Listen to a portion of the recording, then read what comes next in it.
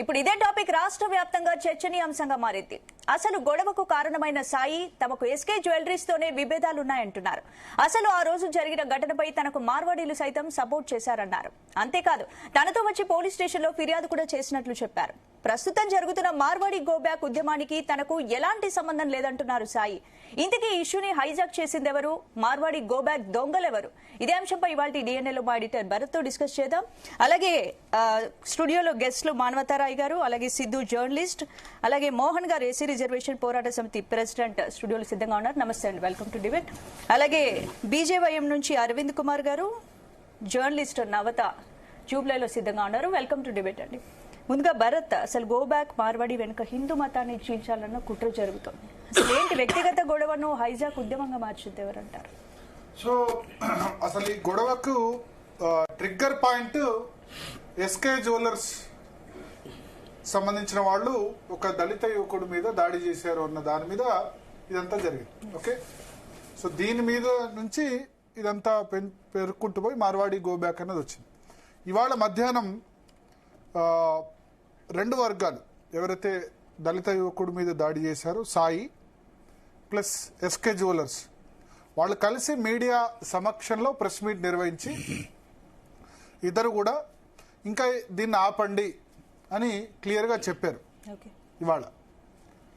So అసలు జరిగింది సంబంధించి ఒకటి, ఇప్పుడు వస్తుంది ఒకటి కదా. రెండోది ఈ ఉద్యమంలో అంటే ఇప్పుడు ఏదైతే ఈ ఇష్యూలో అసాంఘిక శక్తులు ప్రవేశించాయి. ఎఫెక్టెడ్ పార్టీస్ అంటే నిజంగా మార్వాడీల వల్ల కుల వృత్తుల వల్ల ఎఫెక్ట్ అయిన వాళ్ళు గనక ఉంటే గనక దానికి ఒక శాంక్టిటీ ఉంటుంది. అది కాకుండా దేశాన్ని విడదీద్దామనుకునే గ్యాంగులు, తుకుడే గ్యాంగులు, ఇటువంటి వాళ్ళు ఎంటర్ కావడం వల్ల ఏ ఉద్యమానికైనా శాంక్టిటీ వెళ్తుంది. మనం ఎక్స్పోజ్ చేద్దాం డిబేట్లో. అసలు ఇంతకుముందు తెలంగాణ శ్యామ్ అని చెప్పుకునేబడే తమిళనాడు శ్యామ్ ఏం చేశారో మనం మరి కాసేపట్లో మన దగ్గర వీడియోస్ ఉన్నాయి, గతంలో ఏం చేశారు అన్ని వెల్లడిద్దాం.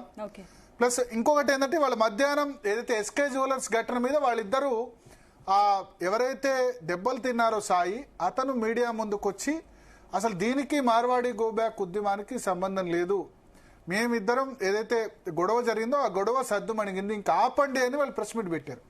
అయినా సరే దాన్ని కంటిన్యూ చేయాలని లేకపోతే మార్వాడీస్ గో బ్యాక్ అంటే గనక దాని వెనుక ఎటువంటి వ్యూహం ఉంటుంది అది కూడా మనం చర్చిద్దాం. ఇక్కడ 2-3 ఇష్యూస్ ఉన్నాయి. మార్వాడీస్ గో బ్యాక్ అంటే ఒకటి, ఇప్పుడు ఎస్కే జ్యువెలర్స్ అధినేత ఒకళ్ళు చెప్పారు ఏంటంటే జైన్. సో మైనారిటీలు అంటే ఓన్లీ ముస్లింలే మైనారిటీలు కాదు, నిజానికి మైనారిటీలు అంటే అత్యంత తక్కువ సంఖ్యలో ఉన్నవాళ్ళు మైనారిటీలు అన్నారు. ముస్లింలు క్రిస్టియన్లు కాదు, వాళ్ళకంటే తక్కువ సంఖ్యలో ఉన్నవాళ్ళు జైన్లు. సో ఎస్కే జ్యువెలర్స్ అధినేత వాళ్ళు చెప్పింది ఏంటంటే Jain, is a Jain. So అది మైనారిటీలను మీరు గో బ్యాక్ అంటున్నట్టే. పార్సీలు, జైన్లు, బుద్ధులు వీళ్ళు దేశంలో అత్యంత తక్కువ సంఖ్యలో ఉంది జనాభా లెక్కల ప్రకారం. ముస్లిమ్స్ 16-17% ఉన్నారు కంట్రీలో. తెలంగాణలో 13-14% ఉంటారు. ఓకే, సో వాళ్ళకంటే తక్కువ సంఖ్యలో 1% కంటే తక్కువ ఉన్న వాళ్ళు జైన్లు. So they also comes under minorities. Minorities అంటే మన దృష్టిలో ఏంటంటే ఇది ఒకటి మాత్రమే, అల్పసంఖ్యాకులు, తక్కువ సంఖ్యలో ఉన్నవాళ్ళు మైనారిటీలు. సో ఎక్కువ సంఖ్యలో ఉన్న వాళ్ళు మైనారిటీలు కాదు. సో జైన్ ఆల్సో ఆ ఎస్కే జ్యువెలర్స్ ఎవరైతే ఉన్నారో వాళ్ళు ఇవాళ సరే ప్రెస్ మీట్ పెట్టి వాళ్ళు చెప్పిన పరిస్థితి. సో ఓవరాల్గా దీనిలో ఈ ఉద్యమంలోకి ఏదైతే ఉందో మార్వాడి గో బ్యాక్ అని మార్వాడీల పట్ల కొంత వ్యతిరేకత ఉండొచ్చు, స్థానిక వ్యాపారాలు దెబ్బతీస్తున్నారు. అయితే దానిలో ఎఫెక్టెడ్ పార్టీస్ ఎవరు? ఆర్యవైశ్యులు, కోమట్లు, ప్రధానంగా కిరాణా కొట్లు నిర్వహించేది వాళ్ళు ఎక్కువ సంఖ్యలో రావట్లా. తర్వాత ఇప్పుడు కుల వృత్తులు దీనివల్ల నాశనం అవుతారని అంటారు. నాకు దీనిలో లాజిక్ కనబట్లే. ముదిరాజులు చేపలు పడతారు, మార్వాడీస్ వచ్చి చేపలు పడుతున్నారా? ఫ్రూట్స్ అమ్ముతారు, ముదిరాజులు అమ్ముతున్నారా? ఫ్రూట్స్ అమ్మే రంగంలో ఇతర మతస్థులు ప్రవేశించారు ఇప్పుడు, ఫ్రూట్స్ కానీ పూలు కానీ. ఒకటి. రెండవది గొర్రెలు, బర్రెలు, యాదవులు కానీ కుర్మలు కానీ ఆ కుల వృత్తిలోకి మార్వాడీలు రాలేదు. గౌడ్స్ తాటి చెట్టెక్కి కళ్ళు గీస్తారు, దానిలోకి మార్వాడీలు రాలేదు. ఒకటే ఒక్క బీసీ కులం ఎక్కువ సఫర్ అవుతుంది, స్వర్ణకారులు సఫర్ అవుతున్నారు. విశ్వకర్మలు, వడ్రంగి, ఎవరైతే విశ్వ బ్రాహ్మిన్స్ ఉన్నారో వాళ్ళు సఫర్ అవుతున్నారు. ఎస్. తర్వాత ఎస్సీల్లో కూడా మాదిగలకు సంబంధించిన కులవృత్తి కూడా చెప్పులు కుట్టడం, అది కానీ దానిలో కూడా వాళ్ళు ప్రవేశించలేదు. సో ఇది ఎస్సీ ఎస్టీ బీసీ ఉద్యమం ఎట్లా అవుతుంది? వాళ్ళ కులవృత్తిలోకి ప్రవేశిస్తే కదా ఎఫెక్ట్ అయింది ఒకటే ఒక కమ్యూనిటీ. అది కాకుండా ఆర్యవైశ్యం, ఎక్కువ మార్వాడీస్ పెట్టే షాపులు కిరాణా ఉంటాయి, లేదంటే కరెంటు, పరికరాలు, ప్లంబింగ్, ఇంటికి సంబంధించిన షాప్స్, స్వీట్ షాప్స్ ఎప్పటికి కూడా మొదటి నుంచి కూడా మన చిన్నప్పటి నుంచి మార్వాడి స్వీట్ తింటాం.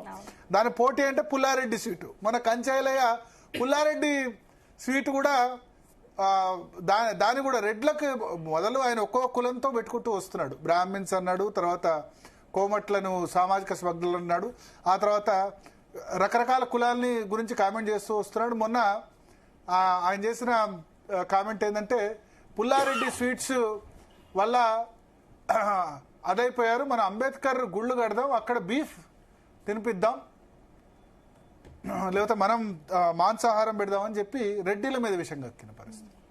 సో ఈ విధంగా ఇప్పుడు ఈ మార్వాడి గో బ్యాక్ అనే ఉద్యమంలో ఎఫెక్టెడ్ పార్టీస్ వస్తే దానికి ఒక శాంక్టిటీ ఉంటుంది.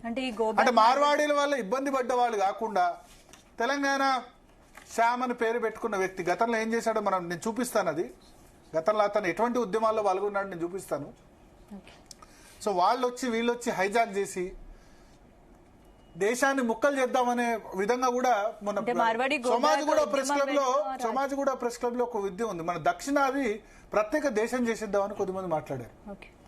ఆ బయట ఉంది మనకు ఎంత దారుణంగా మాట్లాడారంటే దక్షిణాదికి ప్రత్యేక దేశం కావాలట.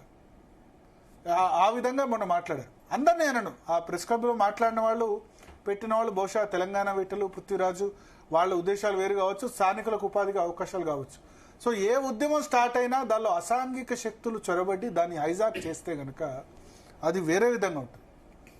సో దేశంలో ఎవరికైనా ఎక్కడైనా బిజినెస్ చేసుకునే హక్కు, వ్యాపార హక్కు ఆర్టికల్ 19 ప్రకారం అంబేద్కర్ ఇచ్చిన హక్కు.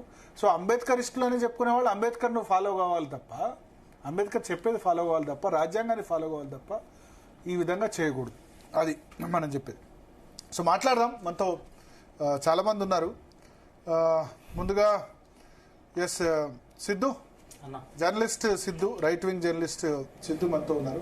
ఏంటి వాళ్ళ ఈ ఎస్కే జ్యువెలర్స్ ప్లస్ సాయి వాళ్ళిద్దరు కలిసి ప్రెస్ కాన్ఫరెన్స్ నిర్వహించారు కదా, ఏంటి బ్యాక్గ్రౌండ్ లో అసలు ఏం జరిగింది, గొడవ ఏంటి, ఇది టర్న్ అయింది ఎట్లా చెప్పండి. గొడవ ఫస్ట్ డే నుంచి నేను ఉన్నాను అక్కడ. అంటే ఎప్పుడైతే ఆ గొడవ స్టార్ట్ అయిందో ఆ రోజు నుంచి దీన్ని ఫాలో అప్ చేస్తున్నా. అయితే గొడవ అయింది అక్కడ ఆయన చెప్పినట్టు, అండ్ అరవింద్ అక్కడ చెప్పినట్టు, సాయి అక్కడ చెప్పినట్టు దెబ్బలు తిన్నది వాళ్ళు సాయి. బట్ ఎవరు కొట్టారు? మొత్తం మార్వాడి సమాజం వచ్చి కొట్టిందా? ఇప్పుడు మనం పాత బస్తీలో కొన్ని గొడవలు చూస్తాము, ఒకరు వచ్చి కొట్టుకుంటున్నారు అంటే మిగిలిన సమాజం మొత్తం వచ్చి కొట్టేస్తుంది. అట్లా జరిగిందా? లేదు. ఆయన క్లియర్ కట్ గా చెప్పేసిండు. రైట్, మాకు ఎస్కే జ్యువెలర్స్ వాళ్ళతో మాత్రమే ఫైట్ జరిగింది. సో ఎస్కే జ్యువెలర్స్ వాళ్ళు మాత్రమే వచ్చి కొట్టడం జరిగింది. ఆ తర్వాత మాట జరిగింది, ఇదంతా జరిగింది. బట్ మార్వాడి సమాజం మొత్తం మా సపోర్ట్ కి నిలబడింది. మార్వాడి వాళ్ళందరూ వచ్చి పోలీస్ స్టేషన్ వరకు అండ్ ఎఫ్ఐఆర్ ఫైల్ చేయించే వరకు అండ్ ఇవాల్టి వరకు, అంటే ఆల్మోస్ట్ ఈ 10 days మాతో పాటే స్పాట్ లో ఉన్నారు, లైవ్ లో ఉన్నారు, వాళ్ళు మాకు సపోర్ట్ చేస్తూనే ఉన్నారు అన్నారు. అయినా కూడా దీన్ని మార్వాడి గో బ్యాక్ అనేసి ఏదైతే ఉద్యమం కావాలని నడిపిస్తున్నారో, సో దాంట్లో హైజాక్ చేసిండ్రు అనేసి ఈజీగా అర్థమవుతుంది మనకు. Okay okay.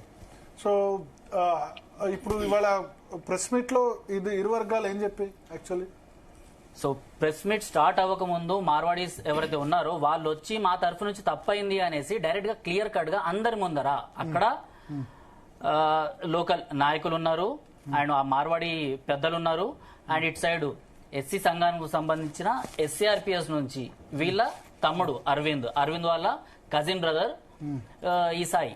సో వీళ్ళందరూ ఉన్నారనమాట. అటు ఇటు అంటే రెండు వర్గాల మధ్యలో ఆ మార్వాడీస్ వచ్చేసి సో క్షమాపణలు చెప్పడం జరిగిందన్నమాట. ఇది క్లియర్ కట్ గా మనం చూసుకున్నట్టయితే అటు మార్వాడీస్ ఏదైతే క్షమాపణలు ముందే చెప్పేస్తామన్నారో దాని తర్వాత పోలీసులు ఇది కొంచెం సర్దుమనుగ తెలియదు, అంటే కొంచెం డైరెక్షన్ డిఫరెంట్ గా ఉంది, ఇప్పుడే మీరు ఒకరి దగ్గరికి ఇంకొకరు వెళ్ళకండి అనేసి ఇట్లా చెప్పడం జరిగింది. సో అలా ఈ రోజు ఆ పంచాయతీ అన్నది ఈ రోజు అది కూడా ఎక్కడైతే ఈ ఫైట్ జరిగిందో అక్కడ తీసుకొచ్చి క్షమాపణలు చెప్పించడం జరిగింది. మార్వాడీస్ ముందు వచ్చేసి క్షమాపణలు చెప్పిండ్రు, వాళ్ళు పెద్ద మనసుతో చెప్పిండ్రు అండ్ వీళ్ళు కూడా యాక్సెప్ట్ చేసిండ్రు. అందులో మనము యాక్సెప్ట్ చేస్తున్నామంటేనే అంటే ఇద్దరు యాక్సెప్ట్ చేస్తున్నారు అంటే హిందూ ధర్మం ఏదైతే ఉందో మేము ఒకటిగా ఉన్నాము అనేసి మొత్తం యావత్ భారతదేశానికి చెప్పడానికి ఇవాళ ఒక సంఘటన, అది మనం ఆదర్శంగా తీసుకోవచ్చు. ఎందుకంటే ఏదైతే దీన్ని డైరెక్ట్ గా ఒక రకంగా దీన్ని హైజాక్ చేసేసి కావాలనేసి ఫలానా ప్లేస్ లో మోండా మార్కెట్ లో ఇట్లా జరిగింది, సో ఇట్లా జరిగింది కాబట్టి మేము మార్వాడి గో బ్యాక్ అన్నది ఇంకా ఉధృతం చేశామనేసి ఎవరైతే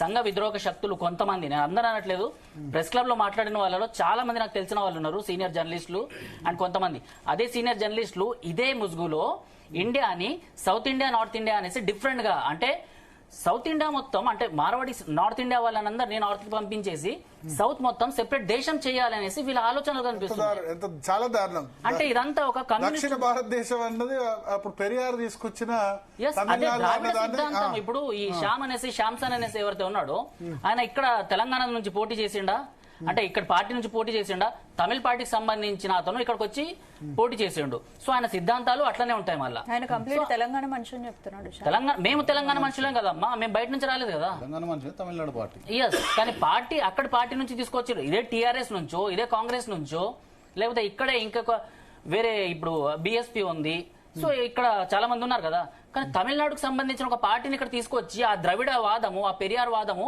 ఇక్కడ తీసుకురావాల్సిన అవసరం ఏముండే. సో ఇప్పుడు తెలంగాణలో అందరం హ్యాపీగా ఉన్నాము, అందరూ కలిసిమెలిసి ఉన్నారు. సో అక్కడి వరకు ఓకే, ఏదో హిందూ ముస్లింల మధ్యన అప్పుడప్పుడు జరుగుతూనే ఉంది, ఇది నిజాంల కాలం నుంచి జరుగుతూనే ఉంది. సో దాన్ని అంటే అలాంటివి జరుగుతున్నా కూడా నాకున్న బెస్ట్ ఫ్రెండ్స్ లో ముస్లిమ్స్ కొంతమంది ఉంటారు. సో వాళ్ళకి తెలుసు సిద్ధు ఎట్లా మాట్లాడతాడు, మా ఇస్లాంకి అగేన్స్ట్ గా మాట్లాడు అనేసి. సో వాళ్ళకి తెలుసు ఇదంతా. సో ఇలాంటివి జరుగుతున్నప్పుడు మనం అందరం కలిసిమెలిసి హ్యాపీగా ఉన్నప్పుడు ఈ మార్వాడి అన్నది ఒక్కటి ఈ 10 days లోనే ట్రెండ్ చేసి, ఇంతకుముందు ఉండొచ్చు బట్ ఇప్పుడే ట్రెండ్, అది మోండా మార్కెట్ నుంచి అయితే ట్రెండ్ చేసిండ్రు, కావాలని హైజాక్ చేసిండ్రు మళ్ళా. ఓకే, మానవతరాయ్ గారు, సో ఇప్పుడు అధికార పార్టీలో ఉన్నారు కాంగ్రెస్ పార్టీ, ఏంటి కాంగ్రెస్ పార్టీ స్టాండ్ ఏంది, ఎందుకు మౌనంగా ఉంది కాంగ్రెస్ పార్టీ ఇంత జరుగుతుంటే? మౌనంగా ఎక్కడున్నది? మహేష్ కుమార్ గౌడ్ గారు విలేకరుల సమక్షంలోనే ఇది సరైన పద్ధతి కాదు, మార్వాడీలు మన వాళ్లే, ఈ ఉద్యమాన్ని చేయటం మంచిది కాదని స్పష్టంగా చెప్పారు. మా జాతీయ పార్టీ జాతీయ భావాలు ఉంటాయి మాకు. రాహుల్ గాంధీ గారు పొద్దున్న లేగిస్తే జేబులో రాజ్యాంగాన్ని పట్టుకొని సంవిధాన్ బచావో అని తిరుగుతున్నారు. అట్లాంటప్పుడు భారత రాజ్యాంగాన్ని చదవని వాళ్ళు ఈ పనులు చేస్తున్నారు. అంబేద్కర్ ని అంటే ప్రేమ లేని వాళ్ళు ఈ పనులు చేస్తున్నారు. అంబేద్కర్ రాసిన రాజ్యాంగంలో ప్రాథమిక హక్కులు ఏముంది? 12 నుంచి 35 వరకు మనుషులు ఎక్కడైనా బతకొచ్చు, ఈ భారతదేశ పౌరులు ఎక్కడైనా బతకొచ్చు, జీవించవచ్చు. అంటే ఆర్టికల్ 21 ఏం చెప్తుంది? జీవించే హక్కు ఉన్నది. 14 నుంచి 19 వరకు వాళ్ళు స్వేచ్ఛగా భావ ప్రకటన ప్రకటించుకోవచ్చు, వ్యాపారాలు చేసుకోవచ్చు. ఈ దేశంలో ఒకప్పుడైతే జమ్మూ కాశ్మీర్లో అవకాశం లేదు, ఇప్పుడు జమ్మూ కాశ్మీర్లో కూడా ఆర్టికల్ 370 తీసేసిన తర్వాత ఎవరైనా ఎక్కడైనా ఏ వ్యాపారాలు చేసుకోవచ్చు అని ఉంది. మరి అంత మాత్రాన గో బ్యాక్ అంటాం అనేది సరైనది కాదు. నేను మొదటి నుంచి వాదిస్తూనే ఉన్నాం మేము. దీన్ని ఇక ఇష్టం వచ్చిన వాళ్ళు రకరకాల రంగులు ములుపుకొని పులిహార కలిపేసి ఇక ఇది మావోళ్ళు అని చెప్పి హిందువులని, ఇది ముస్లింలు అని చెప్పి దీన్ని ప్రాంతీయ విద్వేషాలు, కుల విద్వేషాలు, మత విద్వేషాలు రెచ్చగొట్టే విధంగా టీవీలో మాట్లాడటం, ఎవరు ఇష్టం వచ్చినట్టు వాళ్ళు చెప్పడం. అసలు రాజ్యాంగం ఎవరు మాట్లాడలేదు. భారత రాజ్యాంగం ఏం చెప్తుంది, ప్రజలు ఎట్లా నడుచుకోవాలి. అందుకే నేనేమంటున్నా, చాలా మంది ఇప్పుడు రాజ్యాంగాన్ని కొని తెచ్చుకొని చదవండి. అంబేద్కర్ రాసిన రాజ్యాంగంలో ప్రాథమిక హక్కులు ఏమున్నాయి? మనం ఎవరిని వెళ్ళిపోమనాలి? అసలు ఈ దేశంలో అసాంఘిక శక్తులు ఎవరైతే ఉన్నారో, అక్రమ వలసదారులుగా ఉండి ఈ దేశంలో విద్వేషాలు సృష్టిస్తున్నారో, ఉగ్రవాదాన్ని పెంచి పోషిస్తున్నారో, మన దేశ భద్రతకు ముప్పు. కాబట్టి అట్లాంటి వాళ్ళని గోబ్యాక్ అనాలి. సాటి భారతీయుడు ఇంకెట్లా మార్వాడి అనేవాడు ఎట్లా వచ్చిండు అసలు ఇక్కడికి? 250 సంవత్సరాల క్రితం 6వ నిజాం నవాబు ఇక్కడ వ్యాపారం అంటే ఒక దేశంగా ఉంది. అప్పుడు ఇక్కడ వ్యాపారాల నైపుణ్యం కోసం వాళ్ళకి నైపుణ్యం అని గ్రహించిన తర్వాత గుజరాత్కు వెళ్ళి తర్వాత రాజస్థాన్కి వెళ్ళి అక్కడ మహారాజులతో ఒప్పందం చేసుకుని మార్వాడీల రక్షణకు ఎటువంటి ఇబ్బంది ఉండదు నేను చూసుకుంటా అని చెప్పేసి వాళ్ళని పట్టుకొచ్చారు. వాళ్ళు సాధు స్వభావాలు, అంటే వాళ్ళని వెనకేసుకు రావట్లే.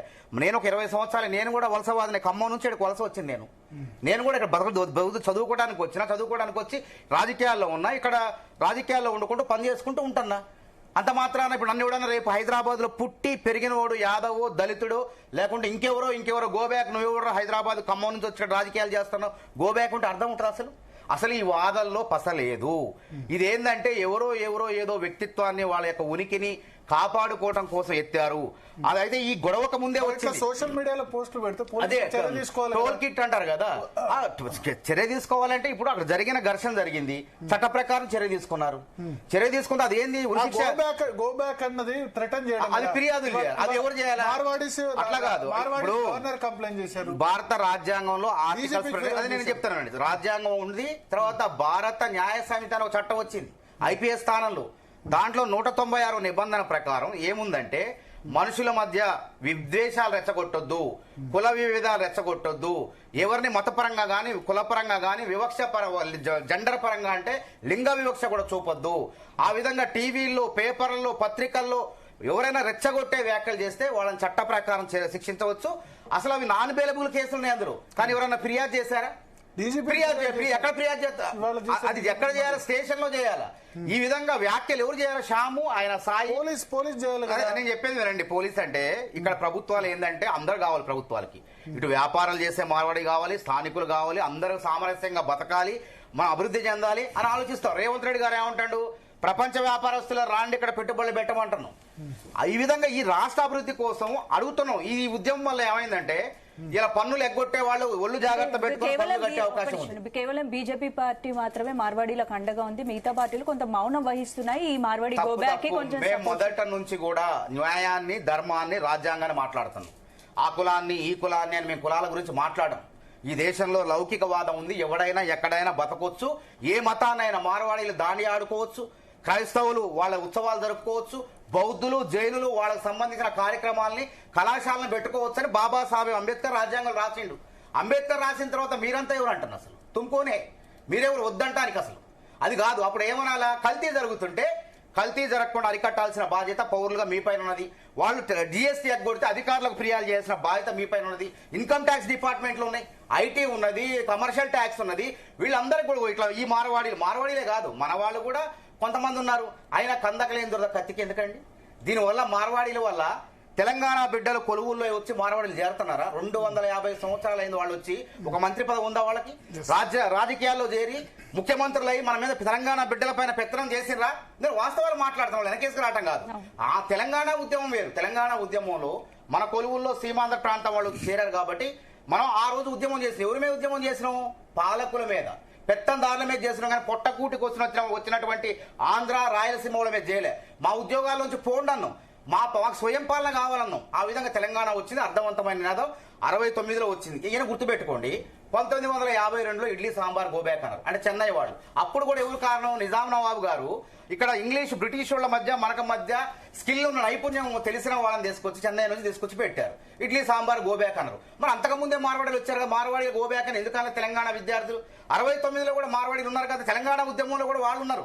మరి మార్వాడి గోబ్యాక్ ఎందుకనలేదు? ఇది కావాలని కుట్రపూరితంగా. అంటే నేను చెప్తాను కదా, కొంతమంది ఖాళీగా ఉన్నారు తెలంగాణ ఉద్యమం చేసి, వాళ్ళకి ఏ పని లేదు. వెనకటి సామెత ఒకటి ఉంది, పని లేనోడు డాష్ డాష్ వెనకటికి ఎవరో పిల్లితలకాయ కొరికిండట. అట్లుంది ఇలా కథ. ఇది అర్థం పర్థం లేని తలాతోక లేని వాదన ఇది. నువ్వు వాడి తప్పు చేస్తే ఆ తప్పుకు తగ్గట్టు నువ్వు పోరాటం చేయి. నిన్న అంతేగాని గోబ్యాక్ వాడు ఉండొద్దు, వీడుండొద్దు అని చెప్పడానికి నువ్వెవరు అంటున్నా? కాబట్టి అందరూ వెళ్ళిపోతే ఎవడుంటాడు అంటే హైదరాబాద్ అందరూ వ్యాపారం చేసేవాళ్ళు, సంపద సృష్టించేవాళ్ళు అందరూ గోబ్యాక్ అంటే ఆంధ్ర గోబ్యాక్ అన్నాం, తమిళనాడు ఇడ్లీ సాంబార్ గోబ్యాక్ అన్నాం, ఇలా మార్వాడి అంటున్నాం, రేపు ఇంకోళ్ళు అంటాం. చివరి వచ్చేసరికి ఏమైనా తెలుసా? అసలు నువ్వు నాన్ లోకల్ హైదరాబాద్ కాదు, నువ్వు హైదరాబాద్ అసలు మాకు ఇట్లా వచ్చి రాజకీయాలు చేస్తున్నారు మీరు, మాకు కేంద్ర పాలిత ప్రాంతంగా ఉన్నాడు. ఇంకోటి ఉద్యమం లేపుతారు ఇట్లా. మీరెవరు అబ్బాయి ఏడొచ్చి అసలు? మీరు వరంగల్ పోండి, రాజధాని చేసుకోండి అంటారు. ఖమ్మంవాడు, నల్గొండోడు, వరంగల్, హైదరాబాద్ లో కూర్చొని ఇక్కడ సమైక్యతను దెబ్బతీస్తున్నారు, మత సామరస్యం దెబ్బతీస్తున్నారు. ఎప్పుడో 94 ఆ ప్రాంతంలో మత కలవలు జరిగిన తర్వాత 11 ఏళ్ల తర్వాత తెలంగాణ ఏర్పడిన 11 ఏళ్ల తర్వాత ఈ విధంగా ప్రాంతీయ విద్వేషాలు అనవసరంగా వచ్చింది. నిజంగా మార్వాడీల పెత్తనం ఉండి వాళ్ళు రెచ్చిపోయి మన ఉద్యోగాల్లో, మన రాజకీయాల్లో తలదూస్తూ మన మీద పెత్తనం చేస్తూ మనల్ని బానిసగా మారిస్తే అప్పుడు ఉద్యమం రావాలి, దానికి మద్దతు తెలుపుతా. అయినా దీనికి స్పందించాల్సింది ఎవరు? అదన్నా కందకలు ఎందుకు కత్తికి ఎందుకు అంటున్నా? వీడు వ్యాపారస్తులు మాట్లాడేవాడు కూడా వ్యాపారస్తులు కాదు. ఆర్య వయసులు అనేవాళ్ళు తెలంగాణలో మనం చూస్తాం. నేనుండే మల్కాజ్గిరిలో అసలు పచారా కొట్లు కానీ కిరాణా షాపులు కానీ ఆర్య వయసులు లేరు. ఎక్కడికి పోయారు? వాళ్ళ రంగాలు మారిపోయారు. వాళ్ళ తండ్రుల వరకు కిరాణా దుకాణాలు నడిపారు. వాళ్ళ కొడుకులు ఏం చేశారు? ఇదెందుకు ఈ దుకాణంలో మనకి ఉప్పు పప్పు అమ్ముకోవడానికి అమెరికాలు పోయారు, ఎన్ఆర్ఐలు అవుతున్నారు, మనకు అవకాశాలు దగ్గర అని చెప్పి వేరే పెద్ద వాటిలో వెళ్ళిపోతున్నారు. అప్పుడు అక్కడ ఇక్కడ నిర్వహించాల్సిన వాళ్ళు వచ్చి వాళ్ళు లాభం ఉన్నా నష్టం ఉన్నా పోతున్నా అయినా ఇక్కడ వినియోగదారులు రావాలి. కస్టమర్ని ఎవరు సంతృప్తి చేస్తారో వాళ్ళ దగ్గరికి వినియోగదారుడు పోతాడు. అంతేగాని నువ్వు వాళ్ళ దగ్గర అనిపించగలుగుతావా చెప్పండి? ఇలా ఎవరు నష్టపోతున్నారు? ఎవరి వల్ల? అసలు నష్టపోయేది సాదా సీదా ఆర్యవైశ్యులు, తర్వాత మార్వాడీలు. ఎందుకు నష్టపోతున్నాయి? ఇలా బహుళ జాతి సంస్థలు వచ్చింది, ఇలా మెట్రో వచ్చింది, హోల్సేల్ బేగం బజార్కి ఓడిపోవట్లే, మెట్రో పోతున్నారు. 1000 రూపాయలు దాటి 10,000 కానీ 20,000 కానీ మొత్తం కూడా అక్కడ కానీ తక్కువ ధరలకు అమ్ముతుండే. ఎక్కడదా మెట్రో? ఎక్కడిది? అమెరికా సంస్థ. లుల్లు మాల్ ఏదో వచ్చింది, ఎక్కడ? దుబాయ్ సంస్థ. అదేవిధంగా స్థానికంగా ఉన్న దేశంలో ఉన్న బహుళజాతి సంస్థల మూలంగా చిన్నా చితక జీవితాలు, సామాన్య వ్యాపారాలు చితికిపోతున్నాయి. ఇలా ఒక పక్క చైనా వస్తువులు దిగుమతి అవుతున్నాయి, మనం ఒప్పందాలు చేసుకునే పరిస్థితులు వచ్చినాం. ఇంకా ఒప్పందం అయితే కనుక చైనాతో ఇంకా దారుణమైన పరిస్థితులు వస్తాయి.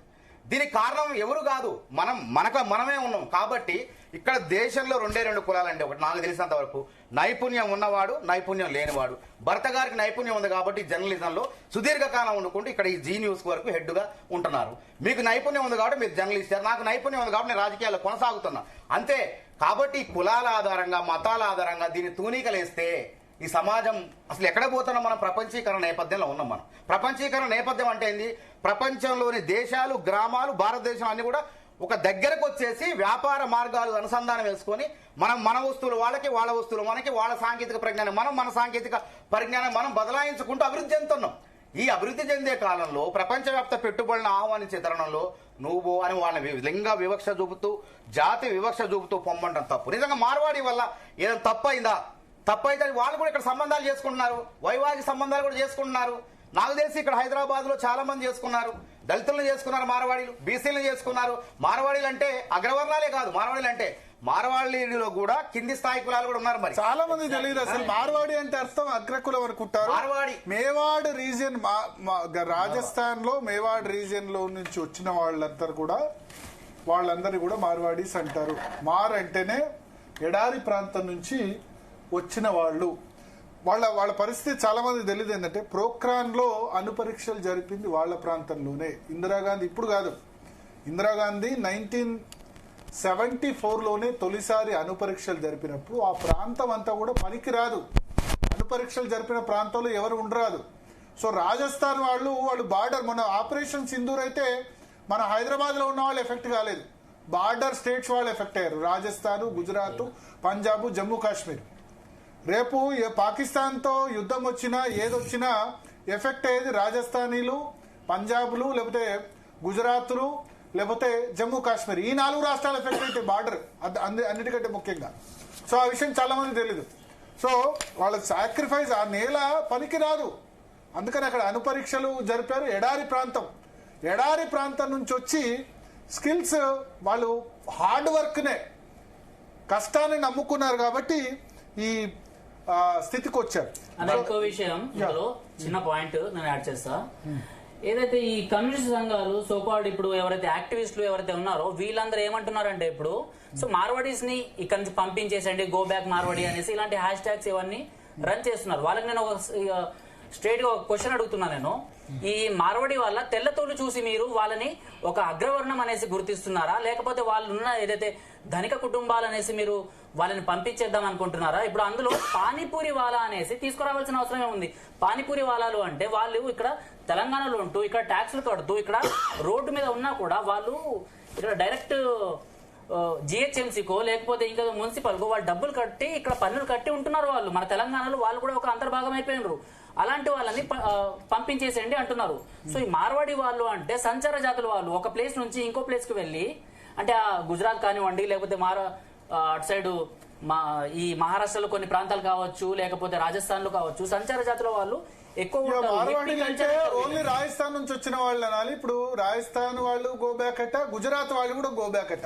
ఇట్లానే అయితే రేపటి రోజు ఏదైతే అన్న ఇడ్లీ సాంబార్ గో బ్యాక్ అన్నారు కదా, ఇప్పుడు ఉడిపి రెస్టారెంట్స్ హైదరాబాద్ లో ఉంటాయి, కర్ణాటక వాళ్ళు నడిపిస్తున్నారు, బెంగళూరు బేకరీస్ ఉంటాయి, వాళ్ళని కూడా రేపు పంపించేస్తారు. మనతో పాటు రాకా సుధాకర్ గారు జాయిన్ అయ్యారు.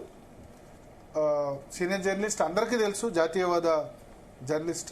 మొత్తం మార్వాడికి సంబంధించిన బ్యాక్గ్రౌండ్ ఆయనకు పూర్తిగా కూడా, అసలు ఎక్కడ ఏంటి, తెలంగాణలో ఎట్లా వచ్చారు, ఆంధ్రాలో ఎట్లా వచ్చారు మొత్తం తెలుసు. రాకా గారు, జీ తెలుగు కోసం సమయం కేటాయించిన ధన్యవాదాలు సార్. ఏమనిపిస్తుంది ఇక్కడ వేరే ఏదన్నా రాష్ట్రంలో ఇట్లా ఉద్యమాలు జరిగాయి మార్వాడీస్ కు వ్యతిరేకంగా? ఇక్కడ తెలంగాణ ఉద్యమ సమయంలో కూడా జరగకుండా ఇప్పుడు జరగడానికి మీకు ప్రధాన కారణం ఏం కనిపిస్తుంది?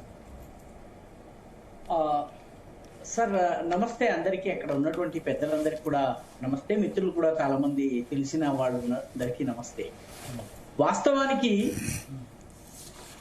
ఎక్కడెక్కడ మార్వాడీలకు వ్యతిరేకంగా ఈ దేశంలో పలు రాష్ట్రాల్లో ఉద్యమాలు జరిగినాయి. ఉద్యమాలు జరిగిన ప్రతి రాష్ట్రంలో మార్వాడీలు బలపడ్డారు.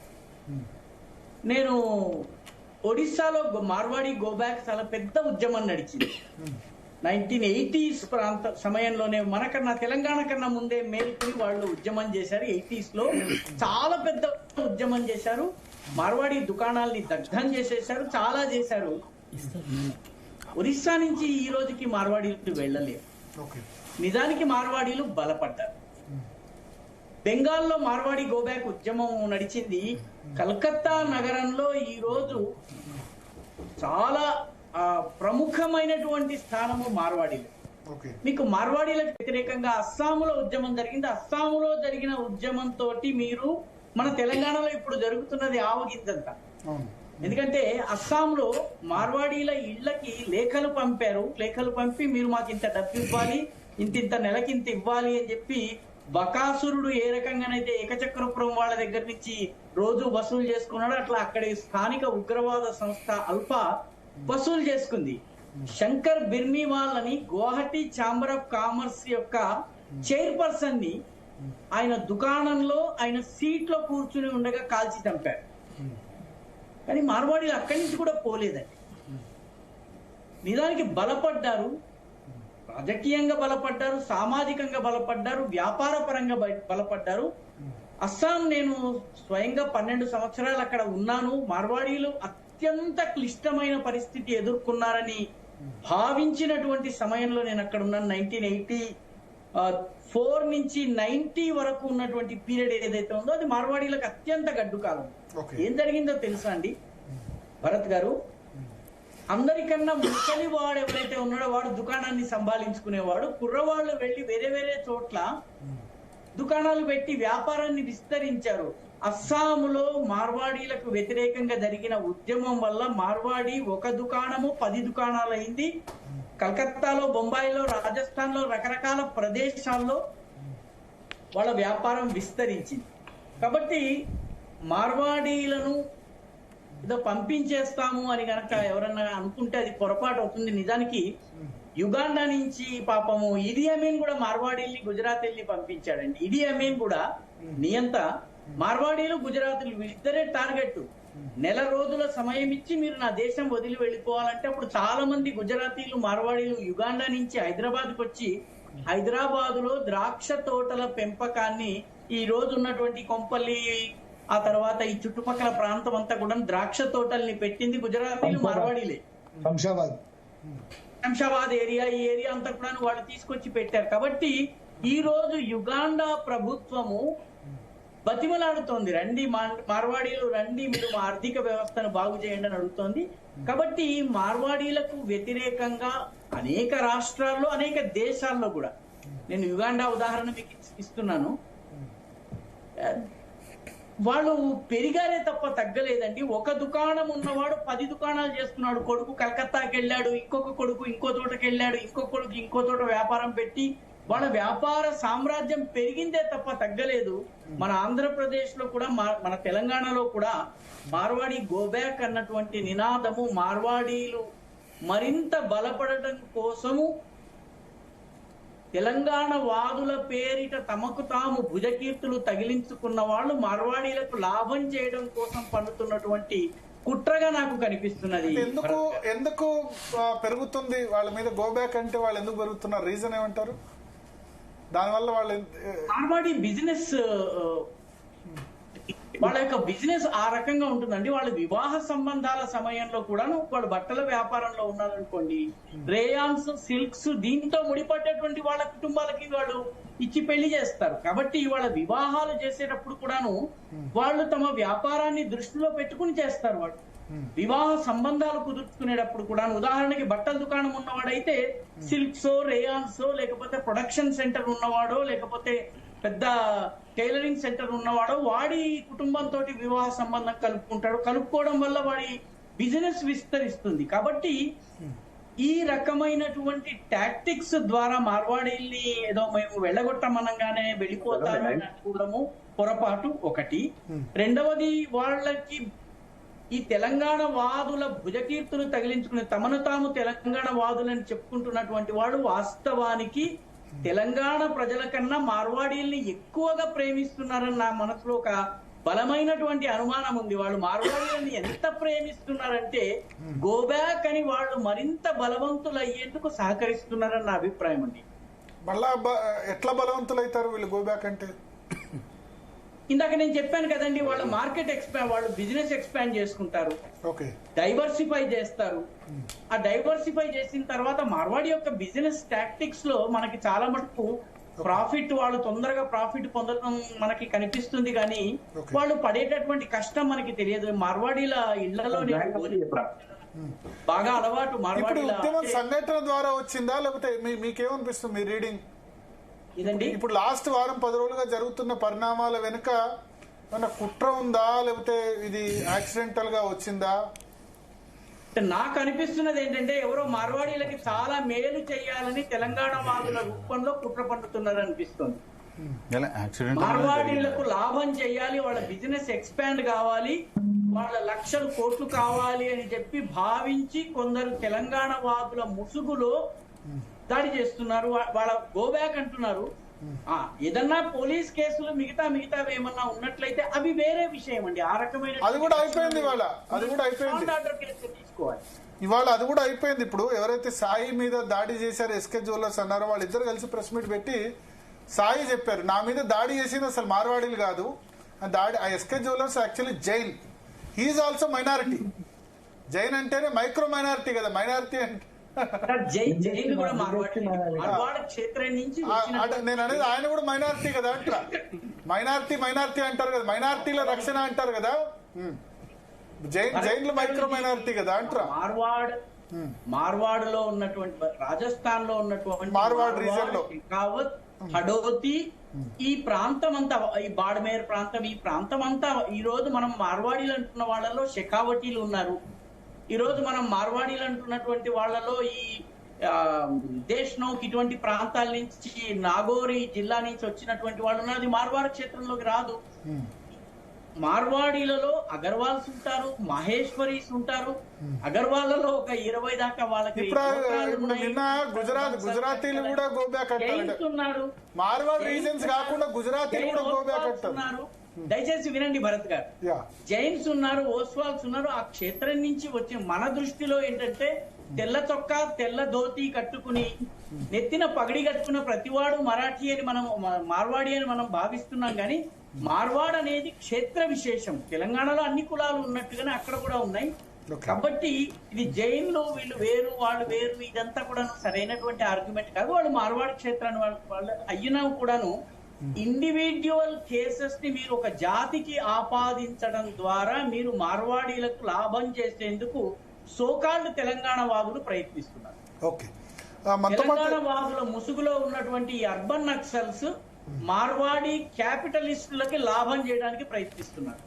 మనతో పాటు సంపత్ గారు జాయిన్ అయ్యారు. సంపత్ గారు బహుశా మార్వాడి వ్యతిరేక ఉద్యమంలో క్రియాశీలకంగా వ్యవహరిస్తున్నారు. ఎందుకు సంపత్ గారు, ఎందుకు మార్వాడి గోబ్యాక్ అంటారు?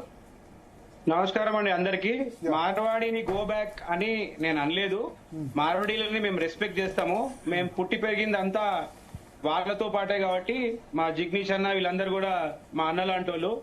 సో నేను చెప్పదలుచుకుంది ఏంటంటే భాష అనేది సరిగ్గా ఉండాలి. తెలంగాణలకు మేము కోరుకునేది, పొద్దుటి నుంచి కోరుకునేది, నేను చాలా ఇంటర్వ్యూలో పార్టిసిపేట్ చేశాను ఇవాళ. నేను అనేది ఏంటంటే తెలంగాణని డిస్రెస్పెక్ట్ గా మాట్లాడద్దు.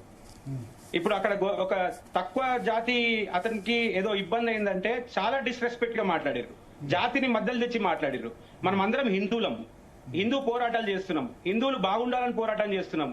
మనం కొట్లాడితే వేరే వేరే వాళ్ళకి కత్తిలిచ్చినట్టు అవుతుంది. సో నేను చెప్పదలుచుకుంది ఏంటంటే వీళ్ళు రెస్పెక్ట్ చేస్తే చాలా సంతోషం. ఇన్ని రోజుల నుంచి రెస్పెక్ట్ చేస్తూ వ్యాపారాలు చేస్తున్నాం మనం. మార్వాడీస్ కలిసి చేస్తున్నాము, గుజరాతీస్, తెలంగాణలో అందరికీ వ్యాపారాలు ఉన్నారు, అందరు పెద్ద స్థానాలలో ఉన్నారు. ఇంత పెద్ద స్థానాలలో ఉండి మన బుద్ధి ఎంత పెద్దగా ఉండాలి, ఇలా దోషించుకొని ఎంత ముందుకు వెళ్తాం. ఓకే. ఇంకో విషయం నేను అనేది ఏంటంటే ఇక్కడ రియల్ ఎస్టేట్ కానీ అవి కానివ్వండి చాలా కాంపిటేటివ్ ఎందుకు జరిగినాయి అంటే మార్వడీస్ కూడా పార్టిసిపేట్ చేసినారు కాబట్టి ఆ రేట్లు పెరిగినాయి. దాంట్లో నేను ఏకీభవిస్తా. కానీ ఏంటంటే భాష అనేది చాలా ఇంపార్టెంట్ అండి. నిన్న ఒక పెద్ద మనిషి మా తెలంగాణలో తాగుబోతులు అంటారు. తాగుబోతులు ఎందుకు అవుతారండి? చిన్న స్థాయి జెడ్పీటీసీ చైర్మన్ జెడ్పీటీసీ స్థాయి నుంచి అలా ముఖ్యమంత్రి మన రేవంత్ రెడ్డి గారు ముఖ్యమంత్రి స్థానానికి ఆయన ఎంత కష్టపడి ఉంటే ముఖ్యమంత్రి అవుతారండి? ఆయన తెలంగాణ బిడ్డనే కదండి. తెలంగాణ తెచ్చిన కేసీఆర్ తెలంగాణ బిడ్డ కదండి. ఎంతమంది చనిపోతే తెలంగాణ వచ్చిందండి. ఆ తెలంగాణలో బతుకుతూ ఆ తెలంగాణలో సంపాదించుకుంటూ ఈ భాష ఏందండి? అంటే ఇది సరే, ఇప్పుడు ఇది ఇంతకు ముందు మాట్లాడింది కాదు కదా. ఈ గొడవల సందర్భంగా వాళ్ళు మాట్లాడితే మార్వాడీలు ఈ విధంగా అంటే వాళ్ళు అగేన్స్ట్ గా నాకు తెలిసి ఒకళ్ళిద్దరు చర్చలో అన్నవి, ఎవరు బయటకు వచ్చి ప్రెస్ కాన్ఫరెన్స్ పెట్టినే కాదు కదా. ఇప్పుడు మీరు అన్న మాటలు తెలంగాణ వాళ్ళు తాగుబోతులనో అదనో ఇదనో ఇంతకుముందు అనలేదు. మార్వాడీలంతా పనికిరాని వాళ్ళు, వీళ్ళంతా దేశద్రోహులు, లేకపోతే వీళ్ళు ట్యాక్స్ ఎగ్గొట్టే వాళ్ళు అంటే వాళ్ళు నాకు తెలిసి ఒకళ్ళ ఇద్దరు టీవీలో ఎవరన్నా ఒకళ్ళు మాట్లాడి ఉంటారు అంతే తప్ప అది మొత్తం కమ్యూనిటీ స్టేట్మెంట్ కాదు కదా. కొన్ని సందర్భాల్లో నేననేది కాదు కానీ బయట మార్వాడీలు దొంగ వ్యాపారం చేస్తారు అంటారు. అంటే అది అందరికీ వర్తిస్తుందా సార్? అందరిని కలిపే అంటారు కదా, మొత్తం మార్వాడి అందరికి వర్తిస్తుంది కదా సార్. అది మార్వాడీస్ దొంగ వ్యాపారం చేస్తారంటే అందరికి వర్తిస్తుంది సార్. న్యాయంగా చేసే చాలా మంది ఉన్నారు, న్యాయంగా ట్యాక్సులు కట్టే చాలా మంది ఉన్నారు. తెలంగాణ వాదులు తాగుపోతులు అనేది ఎంత పెద్ద వర్డ్ సార్ అది. I condemn it sir. దానికి క్షమాపణ చెప్పాలి, అన్నవాళ్ళు చెప్పాలి క్షమాపణ. ఓకే. దేశంలోనే అత్యధిక లిక్కర్ సేల్ అయ్యేటటువంటి రాష్ట్రం మనది తెలంగాణ. గర్వంగా మనం చెప్పుకుంటున్నాం. మనం దేశంలోనే నడుపుతున్నాం సార్. తెలంగాణలో సార్ ఒకటి మాత్రం చెప్తా మనం ఒకటి మాత్రం చెప్తా.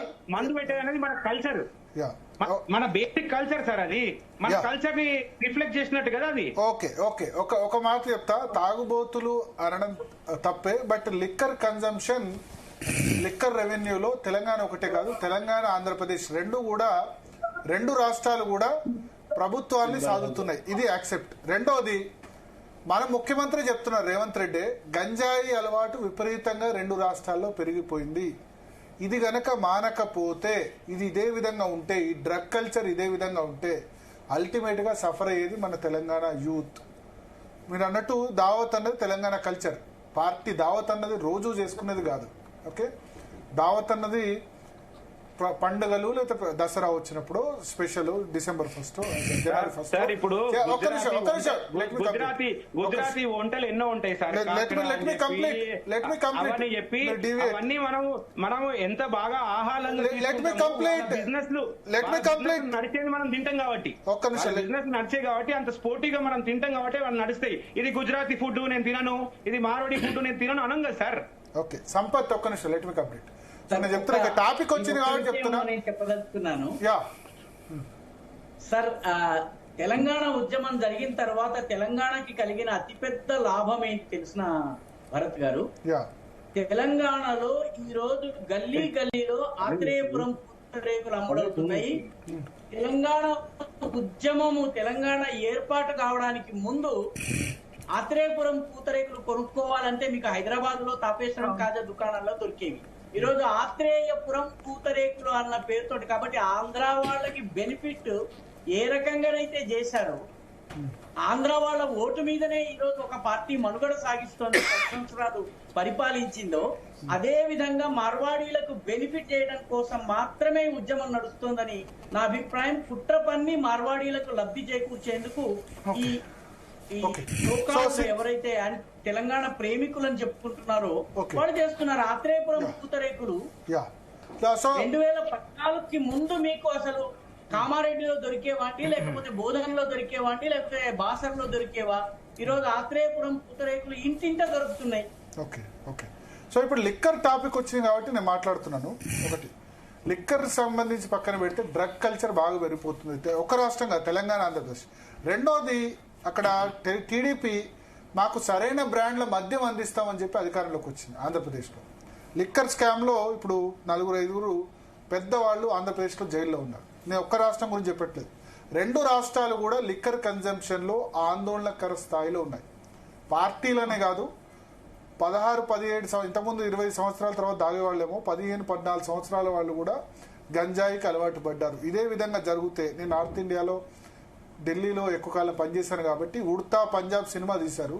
పంజాబ్లో ఎందుకంటే బార్డర్ స్టేట్, పాకిస్తాన్ నుంచి డ్రగ్స్ రవాణా అయి పంజాబ్ లాంటి సిచ్యువేషన్ మనకు ఎంతో దూరంలో లేదు. ఇది నేను చెప్తుంది కాదు, రేవంత్ రెడ్డి తెలంగాణ రాష్ట్ర ముఖ్యమంత్రి చెప్తుంది. అక్కడ ఆంధ్రప్రదేశ్లో కూడా గంజాయి గురించి మొన్న మనం చూసాం, తెనాలిలో పోలీసులు వాళ్ళని కొడితే గంజాయి బ్యాచ్ అని చెప్పి కొడితే కనుక ఏం జరిగిందో అది మాత్రం ఆందోళనకరం. ఒకటి లిక్కర్ కన్జంప్షన్ పార్టీ అన్నది కాకుండా అకేషన్ అన్నది కాకుండా చాలా ఎక్కువ జరుగుతుంది. అట్లా అని చెప్పి అందరినీ తాగుబోతులు అనడం తప్పు ఒకటి.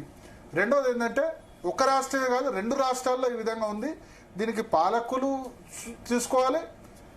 డెఫినెట్గా అకేషనల్గా తాగితే లిక్కర్ మంచిదే అని అంటారు పార్టీ అని చెప్పి, బట్ రోజు దానికి బానిస కాకుండా మొత్తం లిక్కర్ రెవెన్యూ మీదే ప్రభుత్వాలు ఆధారపడే విధంగా కాకూడదు. అది మాత్రం చూసుకోవాలి. సందర్భం వచ్చింది కాబట్టి ఎస్, మనతో పాటు మోహన్ గారు ఉన్నారు, ఎస్సీ రిజర్వేషన్ పరిరక్షణ పోరాట సమితి నుంచి.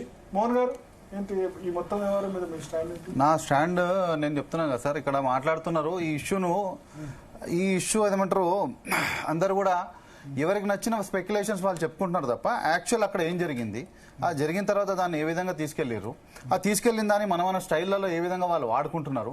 కాంగ్రెస్ కి నచ్చినట్టు కాంగ్రెస్ చెప్పుకుంటుంది, మన బీజేపీకి నచ్చినట్టు బీజేపీ చెప్పుకుంటుంది, కొన్ని గుజరాతీ సంఘానికి సంబంధించినటువంటి పెద్ద మనుషులు వాళ్ళకి నచ్చిన స్టేట్మెంట్లు ఇస్తున్నారు. ఇంకా ఇది మార్వాడీలకు మంచి అని చెప్పి రాకాజీ చెప్తున్నారు. కానీ నా ఉద్దేశం వీటన్నిటి కూడా భిన్నంగా ఉందండి. నేనేమంటున్నా అంటే, ఫస్ట్ నేను ఒక మాట అంట, ఒక నలుగురు కలిసి కుక్కను గాడిదంటే గాడిదవుతుందా? కాదు కదా.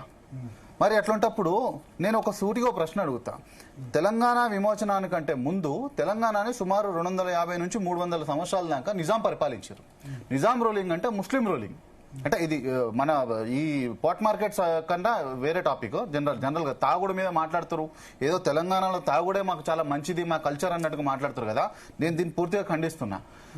నేనేమంటున్నా అంటే 300 సంవత్సరాలు తెలంగాణను ముస్లింలు పాలించారు. ముస్లింల ప్రకారము తాగుడు అనేది హరాం. మరి ఏ విధంగా ఇది కల్చర్ అయింది? దానికంటే ముందు కాకతీయ రాజులు, గొప్ప సంస్కృతి నిర్మాణం చేసినటువంటి కాకతీయ రాజులు, మరి ఏ విధంగా ఇది మనకు తాగుడు కల్చర్ అయింది? అంటే నేను అదే అంటున్నా, నాకు ఒక తాగుబోతోడు వచ్చి తాగుడు గొప్పదన్నంత మాత్రాన తాగుడు మంచిది అయిపోతుందా? కాదు కదా. ఫస్ట్ ఆఫ్ ఆల్ తెలంగాణ నుంచి తాగుడు అనే కల్చర్ ని దూరం చేయాల్సిన అవసరం ఉంది. ఈ రోజు తాగుడు అని మనం గొప్పగా చెప్పుకుంటే రేపు నెక్స్ట్ వచ్చిన జనరేషన్ మా తెలంగాణలో గంజాయి కొట్టుడు కల్చర్ బై, మా కల్చర్ బై, ఇగో మా ఇంటికి అల్లుడు వస్తే 2 బీడీలు గంజాయి బీడీలు ఇస్తామని చెప్పుకుంటే పరిస్థితి వస్తుంది. సిగ్గుపడాలి మనం. నేనేమంటున్నా, ఎస్, దీని గురించి నన్ను ఎవరేమన్నా సరే, తాగుడుకు దూరం అవ్వాల్సిందే తెలంగాణ యూత్. అరే గవర్నమెంట్ ఉండొచ్చు, గవర్నమెంట్ తన రాబడి పెంచుకోవడానికి వైన్ షాపులు గడ్డగోలుగా పెంచేసి తాగుడు మన కల్చర్ అంటే కల్చర్ అయిపోతుందా? ఏ విధంగా 300 సంవత్సరాలు ముస్లింలు పాలించారు మనల్ని, ఏ విధంగా తాగుడు కల్చర్ అని చెప్పండి నాకు. రెండో విషయం, ఈ పాట్ మార్కెట్ లో జరిగినటువంటి ఇన్సిడెంట్ అనేది అది ఇంటెన్షనల్ గా ప్లాన్ చేసిన ఇన్సిడెంట్ కానే కాదు. డే 1 కంప్లైంట్ ఇస్తున్నప్పటి నుంచి ఇప్పటి వరకు ఈ రోజు ఇష్యూ క్లోజ్ అంటే లీగల్ గా క్లోజ్ అవ్వలేదు. ఎథికల్ గా, మోరల్ గా సమాజానికి ఒక 2 వ్యక్తుల మధ్యలో జరిగినటువంటి ఇష్యూను సమాజం ఇబ్బంది పడొద్దన్న ఉద్దేశంతో మాత్రమే ఈ రోజు దాన్ని ఒక కొలిక్కి తీసుకొచ్చే ప్రయత్నం జరిగింది. అయితే నేనేమంటున్నానంటే, డే 1 కంప్లైంట్ ఇచ్చినప్పటి నుంచి ఈ రోజు వరకు చెప్తున్నా, కేవలం యాక్సిడెంటల్ గా జరిగింది. టార్గెట్ చేసి కమ్యూనిటీని టార్గెట్ చేసినటువంటి సంఘటనే కాదు అది. అయితే దీంట్లో ఈ విషయంలో నేనేమంటున్నానంటే, ఫస్ట్ ఆఫ్ ఆల్ స్టార్టింగ్ లో ఈ పగిడిపల్లి శాంసన్ గారు ఎవరైతే ఉన్నారో వాళ్ళు రావడం జరిగింది. వారితో పాటు మన మాల సంక్షేమ సంఘం అధ్యక్షుడు బత్తుల రామప్రసాద్ గారు రావడం జరిగింది. ఎందుకు వచ్చాడు ఇక్కడ? వాళ్ళు జనరల్ గా ఇష్యూ తెలుసుకొని వచ్చారు. బత్తుల రామప్రసాద్ గారు కూడా లోకల్ అతను, లోకలైట్ ఆఫ్ తెలంగాణ. నేను సికింద్రాబాద్ లోకల్, సికింద్రాబాద్ లోకల్ తెలియదు, కంటెస్ట్ చేసిండు ఎంపీగా కంటెస్ట్ చేసి వచ్చిన 130 వాట్ ఎవర్. సికింద్రాబాద్ మొత్తం గల్లీ అంటే తప్పులేదు కదండి, అది కూడా కంటెస్ట్ ఎక్కడైనా చేసుకోవచ్చు, అది కూడా తప్పులేదు. ఇట్ ఈస్ కాన్స్టిట్యూషనల్ రైట్, దాంట్లో తప్పులేదు. చేసుకో. ఇప్పుడు తమిళనాడు పార్టీ నుంచి పోటీ చేసి వచ్చి మా తెలంగాణ నుంచి మిగతా వాళ్ళందరూ గో బ్యాక్ అంటే అదే సమస్య. అది కొంచెం తప్పు, అదే రాంగ్ స్టాండ్, అది రాంగ్ స్టాండ్. అదే మాకు కూడా స్టార్టింగ్ లో వాళ్ళు మాకు సపోర్ట్ చేసిరండి. బత్తుల రామప్రసాద్ అన్న వాళ్ళు ప్రతి ఇష్యూలో, మా ఎస్సీలకు సంబంధించిన ఇష్యూలో వస్తారు, నిలబడతారు, వారికి చేతనైనంత కాడికి పోరాటం చేస్తారు. వి వెల్కమ్ ఇట్, కాదనట్లేదు. కానీ తర్వాత ఎప్పుడైతే ఈ యొక్క ఉద్దేశాన్ని, ఈ యొక్క ఇష్యూను ఏ విధంగా వాళ్ళు ముందుకు తీసుకెళ్లారు అన్న దాన్ని చూస్తే మాకు కొంచెం ఇబ్బంది కలిగింది. ఎస్ ఫ్యాక్ట్, అక్కడ గొడవ జరిగింది, దాని SC ST atrocity case file చేపించడం జరిగింది. దాని తర్వాత దాన్ని ఒక గో బ్యాక్ మార్వడి అని, దాని తర్వాత అసలు తెలంగాణ మన పగడిపల్లి శాంసన్ గారి అది ప్రొఫైల్ ఐడి అవన్నీ మేము చూసిన తర్వాత మాకు కూడా కొంచెం మనసుకు ఇబ్బంది కలిగింది. లేదు ఇదంతా దీని బిహైండ్ ఎజెండా మోటివ్ ఏదో వేరేలాగా ఉందని చెప్పి మాకు కూడా ఇబ్బంది కలిగి మేము ఫస్ట్ నుంచి కూడా మాకు డే థర్డ్ డేనే అడిగినారు, లేదు దీనిపైన ధర్నా చేద్దామంటే లేదన్నా మేము 100% నిందితులకు జైలుకు పోవాలి, ఆ విధంగా దీనికి సంబంధించినటువంటి ఏదైతే లీగల్ ప్రొసీజర్ ఉందో అది జరగాల. కానీ ఈ దేశ విభజన విధంగా తీసుకెళ్లేటటువంటి చర్యలు కానీ ఎజెండాలకు కానీ మేము వ్యతిరేకం. 100% నేను అరవింద్ మేము ముందే చెప్పడం జరిగింది. చెప్పిన తర్వాత కూడా వాళ్ళు తీసుకెళ్లిన తర్వాత ఇక మేము కూడా మా పనిలో మేము ఉన్నాము. అయితే డే 1 నుంచి కూడా ఏ కంప్లైంట్ ఫైల్ అయిన తర్వాత దీన్ని ఎంతసేపు ఆ విధంగా తీసుకెళ్తారు తప్ప వాళ్ళేమో దేశ విభజన అంటే north versus south, Dravidian versus మా నార్త్ అన్న విధంగా వాళ్ళు తీసుకెళ్తారు. ఇక పొలిటికల్ పార్టీల విషయానికి వస్తే బీజేపీ, కాంగ్రెస్, నేనేమంటున్నా సబ్జెక్ట్ టు కరెక్షన్, మేబీ ఎవరన్నా అన్నిండొచ్చు కనుక, కానీ మెయిన్ హెడ్స్ ఎవరైతే ఉన్నారో మాధవీలత గారు, రాజా సింగ్ గారు, బండి సంజయ్ గారు, మన మహేష్ గారు, మహేష్ గౌడ్ గారు, మన పిసిసి ప్రెసిడెంట్ అధ్యక్షులు వారు వీళ్ళు ఎంతసేపు మార్వాడీల గురించి మాట్లాడుతారు తప్ప మరి బాధితుని గురించి ఎవరు ఎందుకు మాట్లాడలేదు? నేను సీరియస్ గా అడుగుతున్నా, ఎందుకు బాధితులు మాత్రం ఆయన గురించి ఎవరు అడ్రస్ చేయరు? సాయి గురించి ఎవరు ఎందుకు మాట్లాడలేదు? నేను సీరియస్ గా అడుగుతున్నా. సాయి గురించి కూడా మాట్లాడాలి. నేను చూసా చాలా మంది సాయి వాళ్ళిద్దరు ప్రెస్ మీట్ పెట్టిన తర్వాత సాయిని ఏమంటారు తెలుసా, సోషల్ మీడియాలో కొద్దిమంది పెయిడ్ ఈ తుకడే గ్యాంగ్, నువ్వు మార్వాడి దగ్గర ఎంత డబ్బు తీసుకుని కాంప్రమైజ్ అయినావు అని అంటారు సాయి. ఒక నిమిషం అదే ప్రశ్న మమ్మల్ని కూడా అడిగారు. ఈ రోజు క్లోజ్ అయ్యే ఇష్యూలో కూడా నేను పర్సనల్ గా మేము ఉండి అదంతా హ్యాండిల్ చేసింది మేమే. నేను వాళ్ళని అడుగుతున్నా, మీరు కమ్యూనిస్టుల దగ్గర లేదా సోకాళ్ళు తుకడ గ్యాంగ్ దగ్గర ఎంత డబ్బు తీసుకొని ఈ వాదాన్ని తీసుకెళ్తారు? Let me speak. నేనేమంటున్నా, మీరు ఎంత తీసుకురో మేము కూడా ఎంత తీసుకున్నాం. మీరు ₹1 కోటి తీసుకుంటే మేము ₹1 కోటి తీసుకున్నాం, మీరు 100 కోట్లు తీసుకుంటే మేము 100 కోట్లు తీసుకున్నాం. మీరు ఐడియాలజీ కోసం పనిచేస్తే మేము కూడా దేశం కోసం పనిచేస్తున్నాం, అంతే. My our answer is simple. దళితులు అనేటటువంటి వాళ్ళ మీద దేశ విభజన మచ్చ పడొద్దన్న ఒకటే ఒక కారణంతో ఈ రోజు ఆ ఇష్యూ కాంప్రమైజ్ చేసినాం తప్ప మార్వాడీల మీద ప్రేమతో గానే కాదు. ఎస్, మార్వాడీలు మా కల్చర్ ను ఒకవేళ డిస్ట్రాయ్ చేస్తుంటే కనుక దాన్ని వ్యతిరేకించాల్సిందే. ఎస్, మార్వాడీలు ట్యాక్స్ ఎగ్జంప్షన్ ఇష్టం వచ్చినట్టు దొంగ వ్యాపారాలు, జీరో వ్యాపారాలు చేస్తుంటే కనుక ఎస్ దాన్ని వ్యతిరేకించాల్సిందే. ఎస్, మార్వాడీలు కనుక జీరో దందా చేసి లేదా సెకండ్ క్వాలిటీ మాల్ చేస్తుంటే కనుక దాని విజిలెన్స్ డిపార్ట్మెంట్ ఇందాక మానవతరాయ్ అన్న చెప్పినట్టు వేరే డిపార్ట్మెంట్స్ ఉన్నాయి, వాటి ద్వారా కంప్లైంట్స్ ఇచ్చి దాన్ని అరికట్టాల్సిందే. ఈ దేశానికి నష్టం కలిగించే పని ఎవరు చేసినా, ఏ కమ్యూనిటీ చేసినా దాన్ని వ్యతిరేకించాల్సిందే. పగడిపల్లి శాంసన్ గారి విషయం ఎస్, స్టార్టింగ్ లో ఇష్యూలు వచ్చి మాకు మద్దతు తెలిపినందుకు మేము వీఆర్ థ్యాంక్ఫుల్. ఒక ఎస్సీగా, ఒక దళిత సోదరునిగా మేము థ్యాంక్ఫుల్గా ఉన్నాం. కానీ ఈ విధంగా ఈ ఇష్యూను హైజాక్ చేసి తీసుకెళ్లడానికి మేము కూడా సపోర్ట్ చేయడానికి మేము ఇష్టపడతలేము. మేము క్లియర్ గా చెప్పినాము. ఇంకోటి రెండో విషయం, చలో మార్వాడి గో బ్యాక్ అంటున్నారు కదా, ఏది నార్త్ ఇండియన్ కల్చర్ లేకపోతే మా కల్చర్ని డిస్ట్రాయ్ చేస్తారని. ఎస్, నేను దానికి ఒప్పుకుంటా. మరి నేను సూటిగా ప్రశ్న అడుగుతా, ఇదే మార్వాడి గో బ్యాక్ అన్నటువంటి ఈ సోదరులు, మా సోదరులు ఎవరైతే ఉన్నారో, మరి వీళ్ళు ఇదే దాడులు దళితుల పైన ముస్లిం వర్గాలు చేసినప్పుడు ఎందుకు మాట్లాడట్లేదు? నేను సూటి ప్రశ్న అడుగుతున్నా. చలో మార్వాడి గో బ్యాక్, మరి ఈ దేశంకి సంబంధించినటువంటి కల్చర్ డిస్ట్రాయ్ చేస్తున్నటువంటి పాస్టర్లు మెయిన్ గా నేను టార్గెట్ చేసి చెప్తున్నా. పాస్టర్లు target in the sense just వాళ్ళని స్పెసిఫై చేసి చెప్తున్నా. ఈ రోజు ఈ తెలంగాణ కల్చర్ ని పూర్తిగా పాడు చేస్తున్నారు, మరి వాళ్ళు కూడా గో బ్యాక్. మరి ఈ దేశ కల్చర్ ని పబ్బులు గబ్బులు ఏపి పెట్టేస్తున్నాయి, మరి పబ్బులు కూడా గో బ్యాక్. మరి ఈ దేశ కల్చర్ ని ఇష్టం వచ్చినట్టు ఎవరికి నచ్చినట్టు వాడు ఏ విధంగా అంటే వాడు డిస్ట్రాయ్ చేస్తున్నారు. స్పెసిఫై చేస్తే చాలా మంది వస్తారు, మరి వాళ్ళు కూడా గో బ్యాక్. అదే విధంగా అసలు ఈ దేశంకి సంబంధమే లేనటువంటి, ఈ దేశ మూలాలకు సంబంధం లేనటువంటి కమ్యూనిస్ట్ పార్టీ ఈ దేశాన్ని విభజించే విధంగా కొన్నిసార్లు స్టేట్మెంట్ ఇస్తారు. మేబీ నాట్ ఆల్వేస్, లేదా కొంతమందికి ఉండొచ్చు. Subject to correction. అది ఇండిపెండెంట్ వ్యూ లేకపోతే పార్టీ వ్యూ మాకు తెలియదు, ఇండిపెండెంట్ స్టాండా పార్టీ స్టాండా మాకు తెలియదు. మరి కమ్యూనిస్ట్ పార్టీ కూడా ఈ దేశానికి చెందింది కాదు కదా, అది కూడా గో బ్యాక్. ఇవన్నీ గో బ్యాక్ అయితే మార్వాడి కూడా గో బ్యాక్. నేనేమంటున్నా అంటే ఇక్కడ మార్వాడిని సపోర్ట్ చేయడము లేదా మార్వాడిని బ్యాకప్ చేయడం నా ఇంటెన్షన్ కాదు. మార్వాడి తప్పు చేస్తే 100% శిక్షార్హుడే, వాడేం పైన దిగి రాలేదు, వాళ్ళకి స్పెషల్ అకేషన్స్ ఇవ్వాల్సిన అవసరం లేదు. నోటి మీదనే ఒక 5-6 ఇన్సిడెంట్స్ చెప్తా. మన మలక్పేటలో ఒక ఎంఐఎం సంబంధించినటువంటి కార్పొరేట్ సంబంధించినటువంటి మనిషి ఒక దళిత సోదరి మైనర్ ఆ బాలిక పైన రేప్ అటెంప్ట్ చేసిండు. No voice. ఒక ఇదే మలక్పేటకు సంబంధించి ఏసీపీ పరిధిలో కేవలం మాంసం అంటే పేదరికాన్ని ఆసరాగా చేసుకొని ఒక 2-3 కిలోల మాంసాన్ని అప్పుడప్పుడు వారానికి ఒకసారి మాంసాన్ని ఆశ చూపించి 15 ఏళ్ల అమ్మాయిని దారుణంగా రేప్ చేసిండు. ఆ ఫొటోస్ చూస్తే మా కళ్ళలో నీళ్ళు తిరిగినాయి. ఆ ఇష్యూ పైన నవత గారు ఇంటర్వ్యూ చేస్తే వాళ్ళపైన కొంతమంది బేవర్స్ గారు కలిసి అట్రాసిటీ కేసు ఫైల్ చేస్తారు. దాంట్లో మేము వెళ్ళి నిలబడి మాట్లాడినాం ఏసీపీ గారితో, దాంట్లో నో వాయిస్. ఇదే మన మాలా వర్గానికి చెందినటువంటి నాగరాజ్ గారిని సరూర్ నగర్ లో నడి రోడ్డు పైన తల పగలగొట్టి చంపారు కేవలం వాళ్ళ అమ్మాయిని పెళ్లి చేసుకున్నందుకు. దానిపైన నో వాయిస్. ఇదే భవ్యశ్రీని ఏది మన నిజామాబాద్ లో అక్కడ రేప్ చేసారు. చిన్న పాప 8 ఏళ్ల పాప, 12 ఏళ్ల పాప. సారీ పేరు చెప్పినందుకు నన్ను క్షమించండి, దయచేసి పేరు తొలగించండి. ఆ అమ్మాయి పైన చెప్పినారు నో వాయిస్. ఇదే రెయిన్ బజార్ పోలీస్ స్టేషన్ సంబంధించి రాధిక అనేటటువంటి ఒక లా చదువుతున్నటువంటి అమ్మాయి ఒక ముస్లిం అబ్బాయిని ప్రేమించింది, పెళ్లి చేసుకొని గట్టిగా అడిగినందుకు రాధిక అనే అమ్మాయిని ప్రేమించి పెళ్లి చేసుకొని అడిగినందుకు ఇద్దరు అన్నదమ్ములు ముస్తఫా అని చెప్పి ఇంకోటి కలిసి ముక్కలుగా శరీరాన్ని ముక్కలుగా నరికేసారు. దానిపైన నో వాయిస్. ఇదే మళ్ళీ జంగం బస్తీలో అప్పుడు బత్తుల రామప్రసాద్ అన్న గట్టిగా వాయిస్ ఇచ్చారు. ఏది విజయలక్ష్మి అనే ఒక సోదరి ఒక ముస్లిం యువకుని చేతిలో మోసపోయి ఆత్మహత్య చేసుకొని చనిపోతే దాంట్లో నో వాయిస్. ఇట్లా ఎన్ని చెప్పుకుంటా పోతే దీన్ని తవ్వే కొద్దీ వెళ్తూనే ఉంటాయి. ఏమంటున్నా మరి అట్లాంటి టైంలో నో వాయిస్. ఇప్పుడు ఎందుకు నో వాయిస్? ఇప్పుడు మాత్రమే ఎందుకు వాయిస్? ఇంత పెద్ద ఉద్యమం 100% మార్వాడీలను నేనే వెనకేసుకొస్తలే. తప్పు చేస్తూ జీరోదంతా చేస్తే 100% కట్టాల్సిందే, వాళ్ళని పనిష్ చేయాల్సిందే. కానీ మేమంటున్నా అంటే ఈ యొక్క మా భుజాల మీద తుపాకీ పెట్టి పేల్చాననేటటువంటి ఉద్దేశం మాత్రం మేము వ్యతిరేకిస్తాం. భుజాల మీద తుపాకీ పెట్టి దీనిలో వేరే శక్తులు దాన్ని మాత్రం మేము తీవ్రంగా వ్యతిరేకిస్తున్నాం.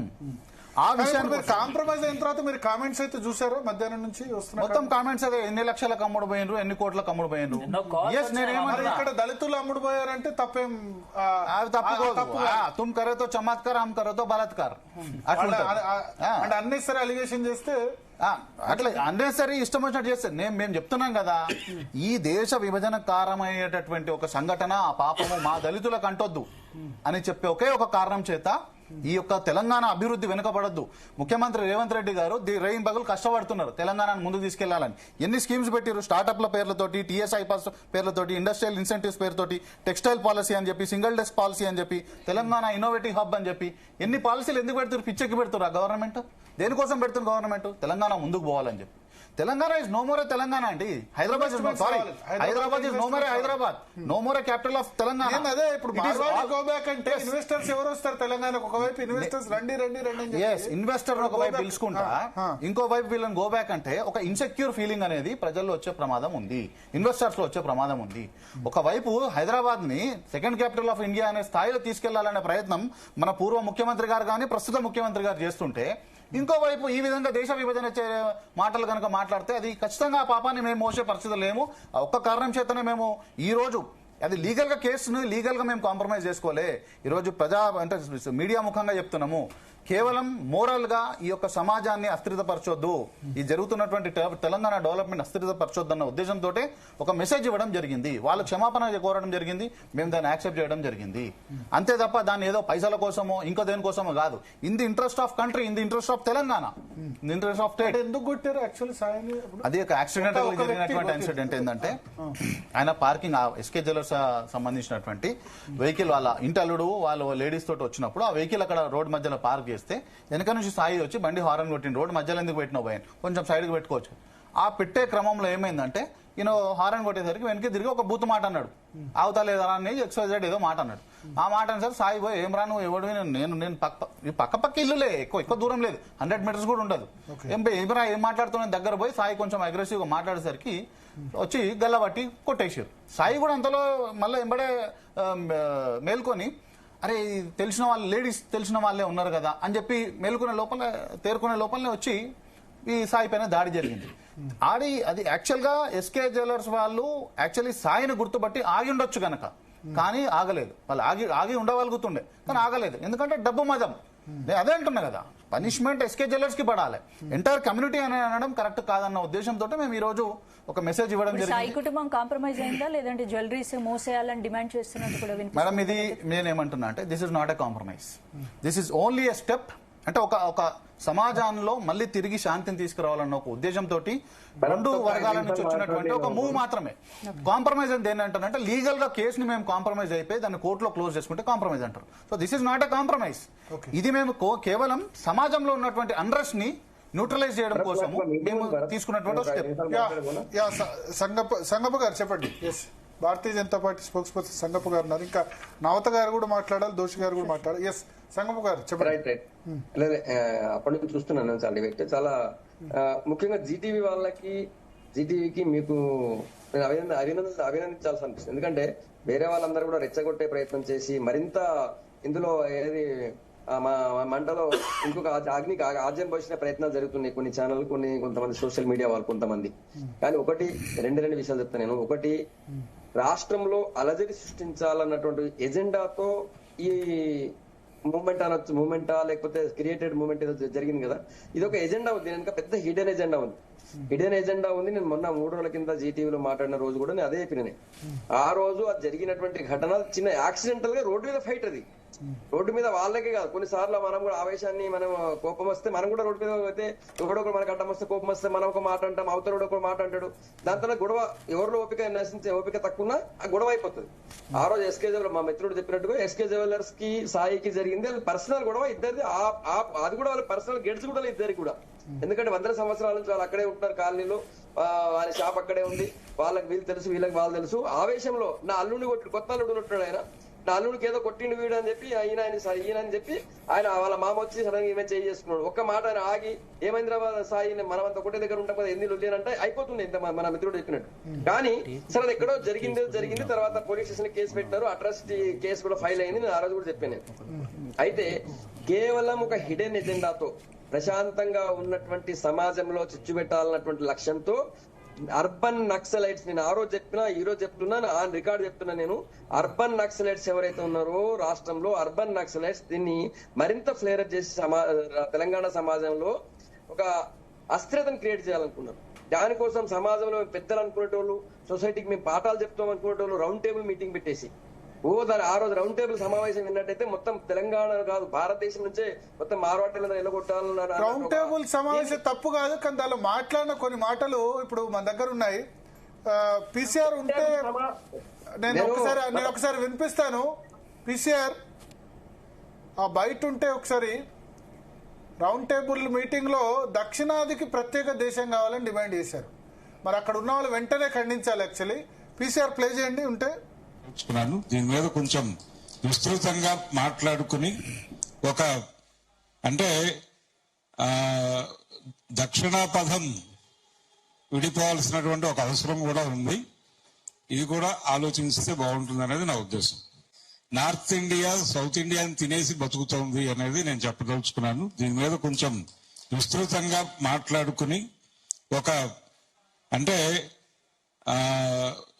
దక్షిణ పథం విడిపోవాల్సినటువంటి ఒక అవసరం కూడా ఉంది.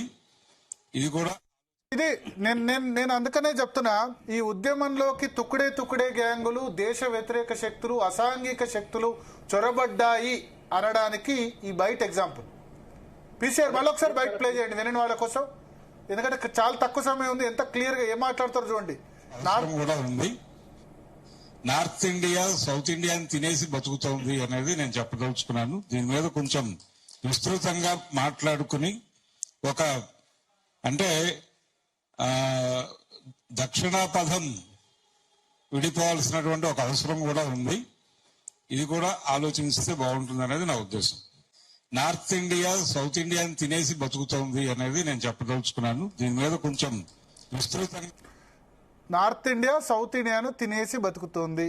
దక్షిణాది రాష్ట్రాల ఆదాయం ఉత్తరాది రాష్ట్రాల ఆదాయంతో ఎక్కువ. దీనిలో పూర్తి వాస్తవం లేదు. అంటే కర్ణాటక, తమిళనాడు, తెలంగాణ డెఫినెట్ గా చాలా ఎక్కువ రెవెన్యూ ఉన్నాయి. అట్లా నార్త్ ఇండియాలో అన్ని రాష్ట్రాలు కాదు, హర్యానా రెవెన్యూ చాలా ఎక్కువ, గుజరాత్ రెవెన్యూ చాలా ఎక్కువ, మహారాష్ట్ర రెవెన్యూ చాలా ఎక్కువ.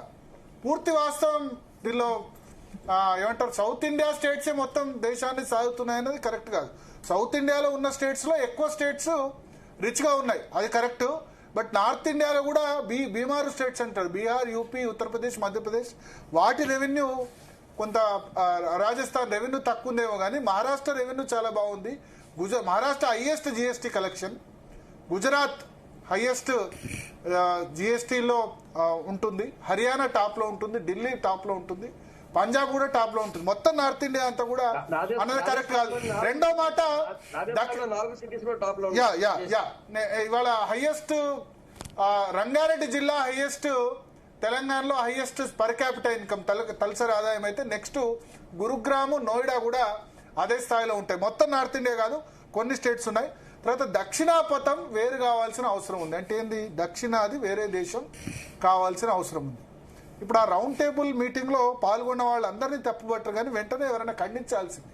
అసలు మార్వాడి గో బ్యాక్ అన్న మార్వాడీల గురించి చర్చ వచ్చి దానిలో దక్షిణాది వేరుపడాల్సిన అవసరం అంటే ఇదేందన్నట్టు. ఇది నేను ఎందుకు 3-4 days గా చాలా మంది అంటారు మీరు డిబేట్స్ లో కూల్ గా ఉంటారు, ఎందుకు అంత ఫైర్ అవుతున్నారని చెప్పి. అంటే దీని వెనక హిడెన్ ఎజెండా. అంటే ఒక ఉద్యమం తీసుకుంటే కనుక మార్వాడీల వల్ల కుల వృత్తులకి లేకపోతే వ్యాపారులకి నష్టం అస్సలు వాటిల్లేదా అంటే వాటిల్లుతోంది. కానీ ఈ చిన్న అన్రెస్ట్ను, ఈ చిన్న ఇన్షును ఆధారంగా చేసుకుని ఈ ఉద్యమంలోకి అసాంఘిక శక్తులు చొరబడ్డాయి.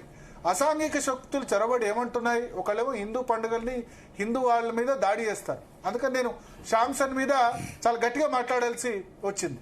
రెండవది, ఇప్పుడు ఉత్తరాది వేరు, దక్షిణాది వేరు, దక్షిణాదికి ప్రత్యేక దేశం కావాలని అంటున్నారు. సపోర్ట్ చేద్దామా దీన్ని చెప్పండి. అందుకని చెప్తున్నా, ఈ ఉద్యమంలోకి అసాంఘిక శక్తులు చొరబడ్డాయి. ఇది మంచి సమయం కాదు. మార్వాడీల వల్ల సఫర్ అయ్యే కులవృత్తుల వాళ్ళు, లేకపోతే కోమట్లు, లేకపోతే స్వర్ణకారులు వాళ్ళు ఉంటే వేరే మాట్లాడుకుందాం.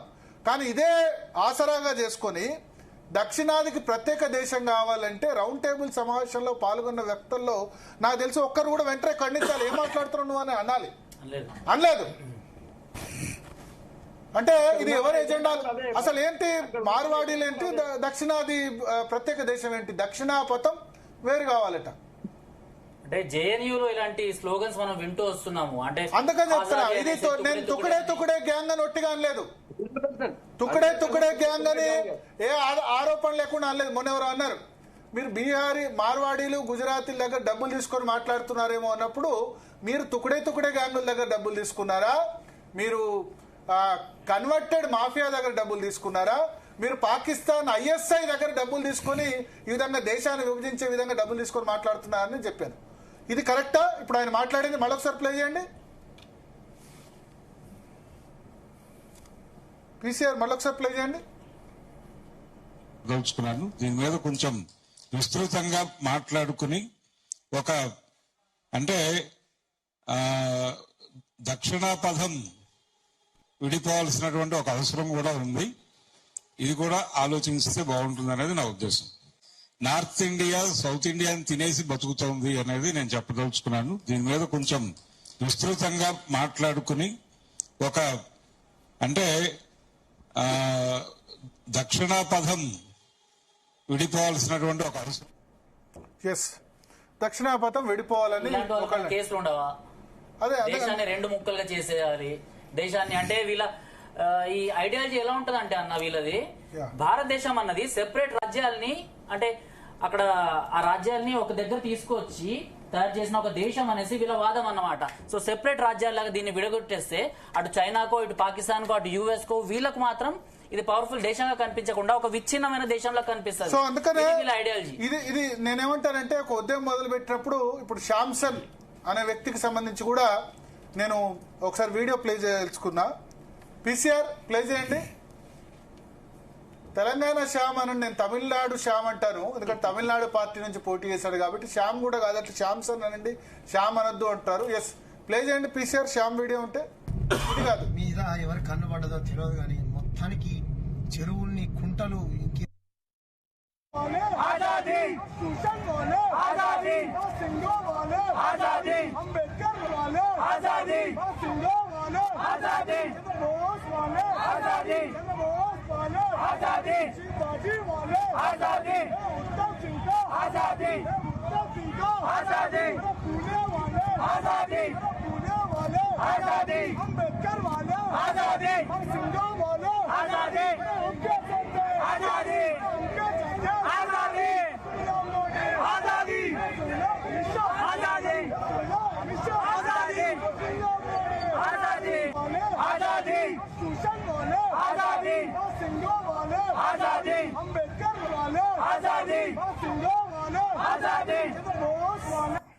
సేమ్ జేఎన్యూలో జవహర్లాల్ నెహ్రూ యూనివర్సిటీలో తుకుడే తుకుడే గ్యాంగ్ దేశాన్ని భారత్ తుమ్కో తుకుడా తుకుడే కరెంగే అనే విధంగా చేసినప్పుడు ఆ ప్రొటెస్ట్ మనం చూడండి, అది సిటిజన్షిప్ అమెండ్మెంట్ యాక్ట్కు వ్యతిరేకంగానో లేకపోతే దానికి వ్యతిరేకంగా జరిగిన ఆందోళనలో పాల్గొంటూ ఆజాదీ, మాకు స్వాతంత్రం కావాలి, ఇది కావాలి. ఇంకా ఆలోచించండి, ఇక ఇటువంటి వ్యక్తులు ఈ ఉద్యమంలో మార్వాడి గో బ్యాక్ ఉద్యమంలో జాయిన్ అవుతే, సంబంధం లేని విషయాల్లో జాయిన్ అవుతే గనక ఎట్లా ఉంటుంది ఉద్యమానికి క్రెడిబిలిటీ? 3 రోజులుగా మీరు ఎందుకు ఎప్పుడు చర్చల్లో కూల్గా ఉంటున్న వాళ్ళు ఎందుకు ఫైర్ అవుతున్నారంటే, నా దేశాన్ని ముక్కలు చేస్తా అంటే, లేకపోతే నా హిందూ మతాన్ని ముక్కలు చేస్తా అంటే, నా హిందూ మత ఫెస్టివల్స్ మీద దాడి చేస్తా అంటే ఎందుకు ఊరుకోవాలి? నేను అన్ని మతాల్ని, హిందూ మతం నా మతం ఏం నేర్పిందంటే అన్ని మతాల్ని సమానంగా గౌరవించమని చెప్తుంది. నేను ఇతర క్రిస్టియన్ మతాన్ని గౌరవిస్తా, ముస్లిం మతం ఉన్న వాళ్ళని గౌరవిస్తా. మా ఛానల్లో అందరు ఉన్నారు, మా ఛానల్లో హెడ్స్ కూడా అన్ని మతాలకు సంబంధించిన వాళ్ళు ఉన్నారు. జైన్లను గౌరవిస్తా, పార్సీని గౌరవిస్తా, బౌద్ధ మతాన్ని గౌరవిస్తా. కానీ నా మతం మీద దాడి జరిగితే చూస్తూ నేను కూర్చుంటే, మతం కన్నతల్లి లాంటిది, కన్నతల్లి లాంటి మతం మీద దాడి జరిగితే, కన్నతల్లి లాంటి దేశం మీద దాడి జరిగితే చూస్తూ మ్యూట్ స్పెక్టేటర్గా మీడియా చూస్తూ కూర్చుంటే అది చారిత్రక తప్పిదం అవుతుంది. దేశాన్ని విడదీసే, ఒకళ్ళ మీద, ఒక కులం మీద ఇంకో కులాన్ని ఒక దాని మీద ఎగేసే ప్రక్రియ జరిగితే, దేశాన్ని ముక్కలు చేయాలనుకుంటే, ఇప్పుడు మొదలు ఇప్పుడు మార్వాడి గో బ్యాక్ అన్నారు, బీహారీ, తర్వాత నిన్నేమంటారు, బీహారు, యూపీ, ఉత్తరప్రదేశ్, రాజస్థాన్ వాళ్ళందరూ ఒక్క షాప్ కూడా పెట్టడానికి వీల్లేదట. మన సూరత్లో మన వాళ్ళు ఉన్న పరిస్థితి ఏంది, తర్వాత ముంబైలో మన వాళ్ళ పరిస్థితి ఏంది, తానేలో మన వాళ్ళ పరిస్థితి ఏంది, భీవండిలో ఉన్న పరిస్థితి ఏంది, వాళ్ళందరూ వెనక్కి వస్తే గనక మనం ఉపాధి కల్పిస్తామా? సత్యనాదెళ్ళ మైక్రోసాఫ్ట్ CEO ఉన్నారు, ఆయన్ను ట్రంప్ మన వాళ్ళకు ఉద్యోగాలు ఇవ్వాలంటే మనం ఏడుస్తున్నాం. ఉన్న వాళ్ళందరినీ గో బ్యాక్ అంటే పరిస్థితి ఏంది, దుబాయ్లో ఉన్న వాళ్ళ పరిస్థితి ఏంది, మన వాళ్ళు తెలంగాణ అంటే దుబాయ్, ముంబై బొగ్గుబావే కదా, మన వాళ్ళు చాలా మంది వలసపోయి ఉన్నారు కదా, వాళ్ళ పరిస్థితి ఏంది? సో అల్టిమేట్ గా దేశ సమగ్రత దెబ్బతింటది. ప్లస్ దీని వెనుక హిందూ మతానికి చాలా పెద్ద ఫండ్ రైజర్స్ గా ఉన్నారు మార్వాడీస్. ఏ హిందూ మతానికి పండుగలైనా వాళ్ళు చాలా పెద్ద ఎత్తున దాన ధర్మాలు చేస్తారు, గో సంరక్షణ చేస్తారు. అటువంటి వాళ్ళ మీద అకారణంగా ఎఫెక్టెడ్ పార్టీస్ అటాక్ చేస్తే, ఎస్ ఆర్య వైశ్యులు, కోమట్లు వచ్చి వాళ్ళు మాకు ఇబ్బందులు ఎదురైనాయంటే ఓకే, లేదా వడ్రంగి వాళ్ళందరూ వచ్చి ఎదురైనారంటే ఓకే. సమస్యలు ఉన్నాయి మార్వాడీలతో, లేవని కాదు. 2 నెంబర్ దందా చేస్తారు, ట్యాక్సులు కట్టరు. మొన్నొక్కరు అంటారు ట్యాక్సులు కట్టని వాళ్ళంతా దేశద్రోహులు. ఓకే, ట్యాక్సులు కట్టని వాళ్ళంతా దేశద్రోహులు అంటే ఓల్డ్ సిటీలో ఎలక్ట్రిసిటీ బిల్లు కట్టని వాళ్ళు కూడా దేశద్రోహులైనా. చిన్న తప్పు పెద్ద తప్పు రెండు ఉంది. ఇన్కమ్ ట్యాక్స్ కట్టకపోతే ఫైన్ ఉంటుంది తప్ప అరెస్ట్ ఉండదు. ఎందుకంటే ఈడీ అరెస్ట్ చేస్తుంది తప్ప ఐటీ డిపార్ట్మెంట్ ఎప్పుడు అరెస్ట్ చేసిన సందర్భం లేదు. చిన్న తప్పు పెద్ద, మీకు మార్వాడీలు ట్యాక్స్ కట్టకుంటే మార్వాడీలనే కాదు, ఇన్కమ్ ట్యాక్స్ కట్టని వాళ్ళు ఒక ప్రభుత్వ ప్రైవేట్ ఉద్యోగులు డైరెక్ట్ గా ఉన్న వాళ్ళు తప్ప చాలా మంది ఇన్కమ్ ట్యాక్స్ ఎగ్గొడుతున్నారు. మీకు GST కంప్లైంట్ చేయండి, కమర్షియల్ ట్యాక్సెస్ కంప్లైంట్ చేయండి. సో తెలంగాణ శాంసన్ విజువల్ చూపించాం మొన్న రౌండ్ టేబుల్ మీటింగ్ లో. ఆ రౌండ్ టేబుల్ మీటింగ్ లో తెలంగాణ శాంసన్ చూసిన తర్వాత డెఫినెట్ గా ఎవరికైనా ఉంటుంది. మీడియా ఈ సమయంలో మేము జీ గ్రూప్ అన్నది సుభాష్ చంద్ర గారు ఒక ఏమంటారు వసుదైక కుటుంబం. ఆయన 93లోనే దూరదర్శన్ తర్వాత తొలి ప్రైవేట్ శాటిలైట్ ఛానల్. దేశ సమగ్రత కోసం ఆయన దాన్ని పెట్టారు. డెఫినెట్ గా దేశ సమగ్రత కోసం చివరి నిమిషం వరకు జీటీవీ ఫైట్ చేస్తుంది. ఈ దేశాన్ని ముక్కలవడాన్ని సహించదు. దేశం ముక్కలవడాన్ని ఎట్టి పరిస్థితుల్లో సహించం. ఈ సమయంలో మీరు ఎందుకు స్టాండ్ తీసుకున్నారు? మార్వాడీస్ గో బ్యాక్ వ్యతిరేకంగా మీరు తెలంగాణకు వ్యతిరేకం అన్నారు. తెలుసు. ఇప్పుడు ఈ చర్చలో జాయిన్ అయిన సంగప్ప గారు నేను కలిసి ఢిల్లీలో తెలంగాణ ఉద్యమాన్ని మీరు 2011-12 యూట్యూబ్ లో వీడియోలు చూసుకోండి. ఢిల్లీలో ఎన్ని వీడియోస్ ఉంటాయో.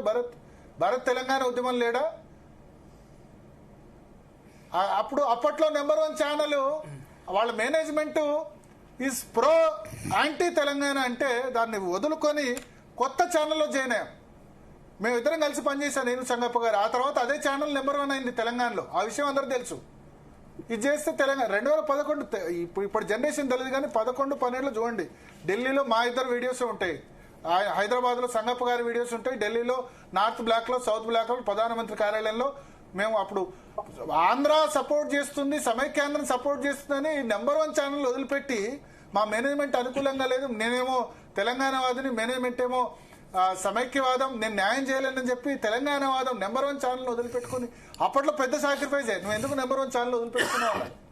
అటువంటి ఛానల్ నుంచి వచ్చిన వాళ్ళు తెలంగాణకి వ్యతిరేకం కాదు, ఫస్ట్ నేషన్ ఫస్ట్.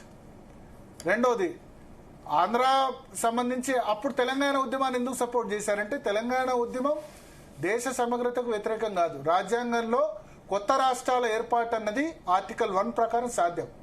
కానీ రాజ్యాంగంలో ఎవరిని బిజినెస్ నువ్వు ఇక్కడ చేయొద్దు అనే హక్కు నీకు లేదు. రాజ్యాంగంలో ఒక రాష్ట్రం నుంచి నువ్వు తరిమి కొడతా అనడానికి లేదు. స్థానికులకు ఉద్యోగ అవకాశాలు అన్నది అది రాజ్యాంగంలో పొందుపరిచారు ఆర్టికల్ 371Dలో. స్థానికులకు ఉద్యోగ అవకాశాలు ఇవ్వమని అడగండి, అంతే తప్ప మీరు ఇక్కడ బిజినెస్ చేసుకోవడానికి హక్కు లేదు, మిమ్మల్ని వెళ్ళగొడతాం, north India go back, south India go back, మేము ప్రత్యేక దేశం చేస్తామంటే ఇదేం మళ్ళా పెరియార్ మాట్లాడినట్టు, తమిళనాడులో మాట్లాడినట్టు ఇక్కడ తెలంగాణ గడ్డ మీద మాట్లాడతామంటే, ఎందుకంటే నిజాం నుంచి అప్పుడు మరి ప్రత్యేక దేశం ఉంటే నిజాం అదే కదా అంది, పాకిస్తాన్కో లేకపోతే ప్రత్యేక దేశం చేస్తా అన్నాడు కదా, అందుకోసమే కదా మనం బయటకు వచ్చింది. ప్రత్యేక దేశంగానే ఉండేది కదా మళ్ళా. అయితే ఇక్కడ సిఏ సంబంధించినటువంటి వీడియోస్ లో అన్న ఒకటి గమనించాలి. యాక్చువల్లీ సిఏ చట్టం తీసుకొచ్చారు కదా, సిఏ చట్టం వల్ల అత్యధిక లాభపడేది పాకిస్తాన్, బంగ్లాదేశ్ లలో, ఆఫ్ఘనిస్తాన్ లలో ఇరుక్కుపోయినటువంటి ఇక్కడి ఒకప్పుడు దళితులే 100%. దీనిపైన మీకు థాట్స్ ఆన్ పాకిస్తాన్ పుస్తకంలో డాక్టర్ అంబేద్కర్ గారు ఇచ్చినటువంటి రిఫరెన్సెస్ ఉన్నాయి. నేను విత్ పేజ్ నంబర్ కూడా చెప్పగలుగుతా. నేనేమంటున్నానంటే ఈ సిఏ దాని వల్ల దళితులకు మేలు జరుగుతున్నప్పుడు మరి పగిడిపల్లి శ్యామ్సన్ గారు అది యాక్చువల్లీ జేఎన్యూ మీద జరిగేటటువంటి ఎజెండా మీద చేసింది కాదు. అది JNU agenda is separate Pakistan, separate Kashmir, ఇది సపరేట్, ఇది సిఏకి సంబంధించింది. సిఏకి సంబంధించి నువ్వు దళితులకు మేలు జరుగుతుంది సిఏ వల్ల అని తెలిసి కూడా నువ్వు ఎట్లా పోయినావు? మరి అది క్వశ్చనబుల్ విషయం కదా. ఎవరికి నచ్చినట్టు వాళ్ళు ఆపాదించుకొని విద్వేషాలు రెచ్చగొట్టం కాదు. ఇప్పుడు అసలు విషయం అనేది సద్దుమణిగింది. ఇప్పుడు సాయి గారి విషయంలో ఖండించలేదంట మీరు పొరపాటు. మేము మొదటి నుంచి అంటున్నాం, మార్వాడీలు ఎవరైతే దాడి చేశారో, ఎవరైతే తెలంగాణ వాళ్ళని తిడుతున్నారో అట్లాంటి వాళ్ళపైన చట్ట ప్రకారం చర్య తీసుకోవాలన్నా. నేనేమంటున్నా అంటే ఇప్పుడు బీజేపీ వాళ్ళు మాట్లాడారు, మార్వాడి గురించి మాట్లాడారు, యుద్ధంగా ఇట్లా విద్వేషాలని చల్లబట్టి కాంగ్రెస్ వాళ్ళు మాట్లాడారు, మార్వాడి గురించి అందరూ. ఒక విషయం ఏంటంటే, ఏ నినాదం వెనక ఎవరి ప్రయోజనాలు దాగున్నాయో తెలుసుకోలేనంత వరకు మనం మోసపోతూనే ఉంటామని చెప్పి లెనిన్ అన్నాడు. అంటే అక్కడ ఆయన మనం ఎందుకు అనుకోవాలని కాదు, ఏ తెలంగాణ సంస్కృతి తాగటం కాదు. నాకు తెలిసినంత వరకు అయితే పోరాటం ఉంటుంది రక్తంలో. నైజాం మీద కొట్లాడు, ఆ తర్వాత ఇక్కడ బ్రిటిష్ వాళ్ళ మీద కొట్లాడు, అందరి మీద కొట్లాడు. ఆ కొట్లాటలో అన్ని వర్గాలు ఉన్నాయి, ఒక హిందువులే కాదు. రామానంద తీర్థ ఆర్య సమాజాన్ని ఇక్కడ ఎందుకు హైదరాబాద్ స్టేట్ కాంగ్రెస్ లో ఉండి కొట్లాడిండు? హిందువుల కోసమే కొట్లాడినా. ఇక్కడ అందరూ బతకాలి, హాయిగా బతకాలి, మన పాలన మనకు కావాలని చెప్పి కొట్లాడారు. కాబట్టి ఎవరికి నచ్చినట్టు వాళ్ళు దీన్ని ఈ విధంగా విద్వేషాలు రెచ్చగొట్టడం అనేది మంచిది. అందుకే రాహుల్ గాంధీ గారు ఏమంటాడు, నఫరత్ చూడు అంటాడు. విద్వేషాలు వదలండి, ఈ దేశం అంతా ఒకటి కావాలని చెప్పి కశ్మీర్ నుంచి కన్యాకుమారి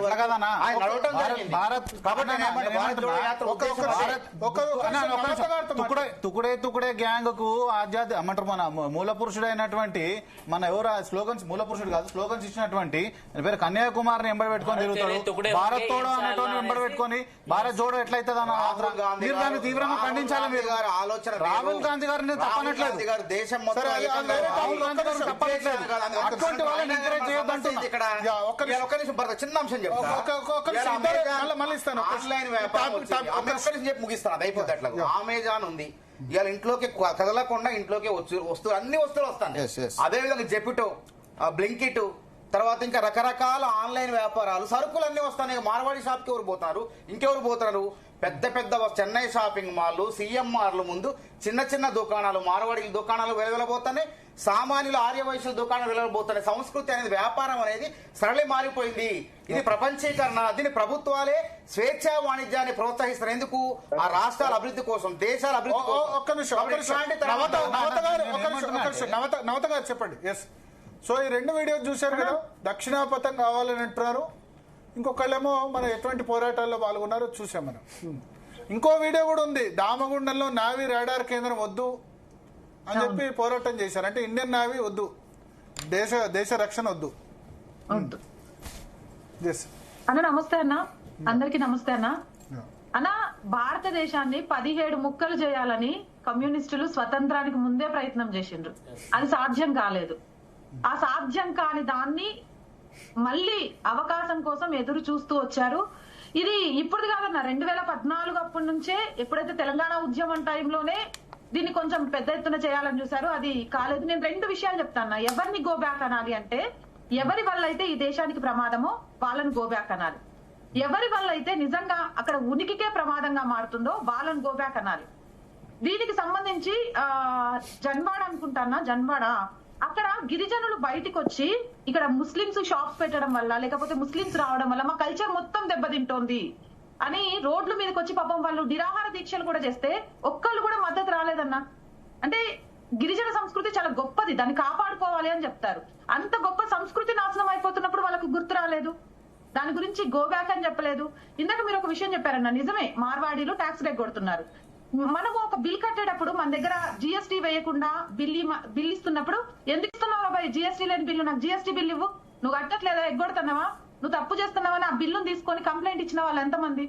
కానీ సోషల్ మీడియాలో చాలా క్లియర్ కట్ గా కరెంటు బిల్లుల కోసం వసూలు చేయడానికి పోతే, ట్యాప్ బిల్లు వసూలు చేయడానికి పోతే దారుణంగా కత్తి పెట్టి పొడిస్తే, అరే తెలంగాణ ఆర్థికంగా నష్టపోవడానికి కారణమవుతున్న వీళ్ళందరూ గో బ్యాక్, చట్టపరంగా ఇక్కడ ఉన్న వాళ్ళు మాత్రమే ఉండాలని ఎవరు మాట్లాడారన్నా? ఇంకొకటి, జూలై 15వ తారీఖున కిరణ్ బేడి గారు తన ఎక్స్ వేదికగా ఒక పోస్ట్ చేశారు. భారతదేశంలోని వివిధ ప్రాంతాలలో ఆ లాంగ్వేజ్లను బట్టి 300 సోషల్ మీడియాకు సంబంధించిన ఇన్ఫ్లుయెన్సర్స్ ని పాకిస్తాన్ కి సంబంధించిన ఒక మాజీ నాయకుడి ద్వారా జీతాలతో హైర్ చేశారు.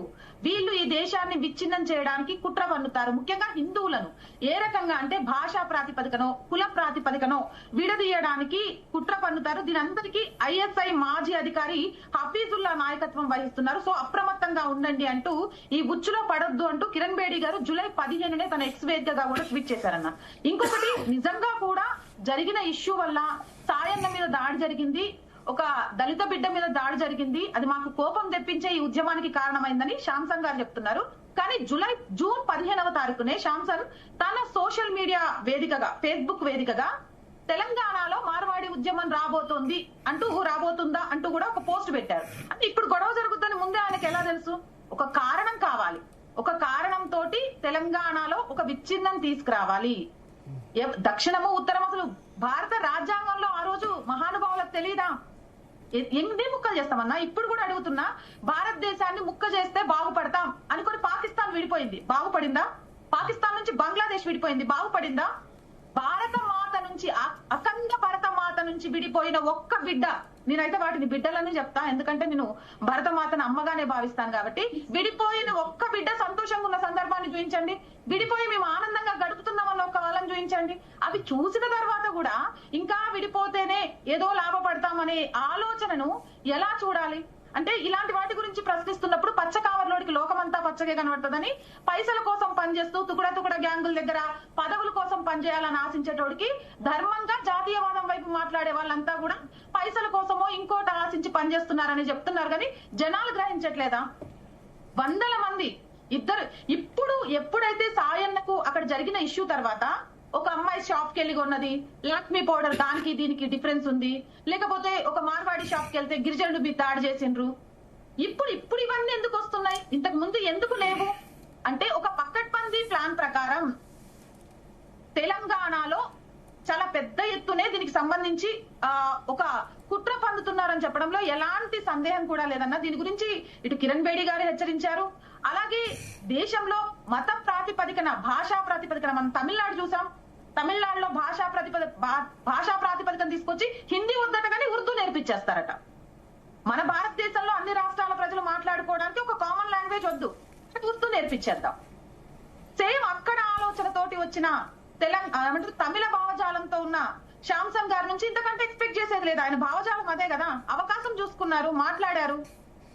ఒక ఇద్దరి మధ్య జరిగినకి దక్షిణ పదం విడిపోవాలి, ఉత్తర దక్షిణానికి ఒకరినొకరు తినేస్తున్నారు. అలా నాకు తెలియక అడుగుతా, ఒక ఇంట్లో ఇద్దరు కొడుకులు ఉన్నప్పుడు పెద్ద కొడుకు సంపాదన ఎక్కువ, చిన్న కొడుకు సంపాదన తక్కువ అయినప్పుడు ఒక కుటుంబాన్ని మేనేజ్ చేస్తున్న తండ్రి ఇద్దరు కొడుకులకు పుట్టిన పిల్లల్ని, కుటుంబాల్ని సమానంగా చూస్తాడా? పెద్ద కొడుకు ఎక్కువ వస్తుంది కాబట్టి చిన్న కొడుకు ఎగ్జాంపుల్ చెప్తా, మన రాష్ట్రంలోనే మన రాష్ట్రంలో రెవెన్యూ అంతా హైదరాబాద్ రంగారెడ్డి నుంచి వస్తుంది. మరి ఆసిఫాబాద్, ములుగును దానికి ఖర్చు పెట్టకుండా ఉంటున్నాం, మీరేం మాకు పైసలు ఇవ్వట్లేదు? నిజంగా ఇప్పుడు ఇంత బాగా మాట్లాడే వాళ్ళు దేనికోసం పోరాటం? కల్చర్. అవును, మన తెలంగాణ కల్చర్ నాశనం అయిపోతుంది కదా. దేని వల్ల నాశనం అవుతుంది? సంవత్సరానికి ఒక్కసారి వచ్చే దాండియా వల్ల కాదన్నా. ప్రతి శనివారం ఆదివారం వందల కొద్ది పిల్లలు క్లబ్బుల్లో చేస్తున్న డాన్సుల వల్ల. ఈ రోజు జూబ్లీహిల్స్, బంజారా హిల్స్ లో ఎన్ని క్లబ్లు అయిపోయినాయి అన్న? 16 సంవత్సరాల పిల్లలు కూడా వెళ్తున్నారు. రూల్స్ లేకుండా జరుగుతున్నాయి. అలా చాలా పట్టుబడ్డాయి. మరి అక్కడ కల్చర్ నాశనం అయిపోతుందని ఎవరెందుకు మాట్లాడలేదన్నా? ఎవరెందుకు చెప్పలేదు? ఎవరెందుకు దాని మీద పోరాటం చేయలేదు? కల్చర్ ని కాపాడాలి కదా. మరి పప్పు కల్చర్ ఎక్కడి నుంచి వచ్చింది? మన తెలంగాణదా? మన దేశందా? మన దేశం కాని కల్చర్ ని మనం ప్రోత్సహిస్తాం, మనం వెళ్తాము, వాటికి మద్దతు తెలుపుతాము.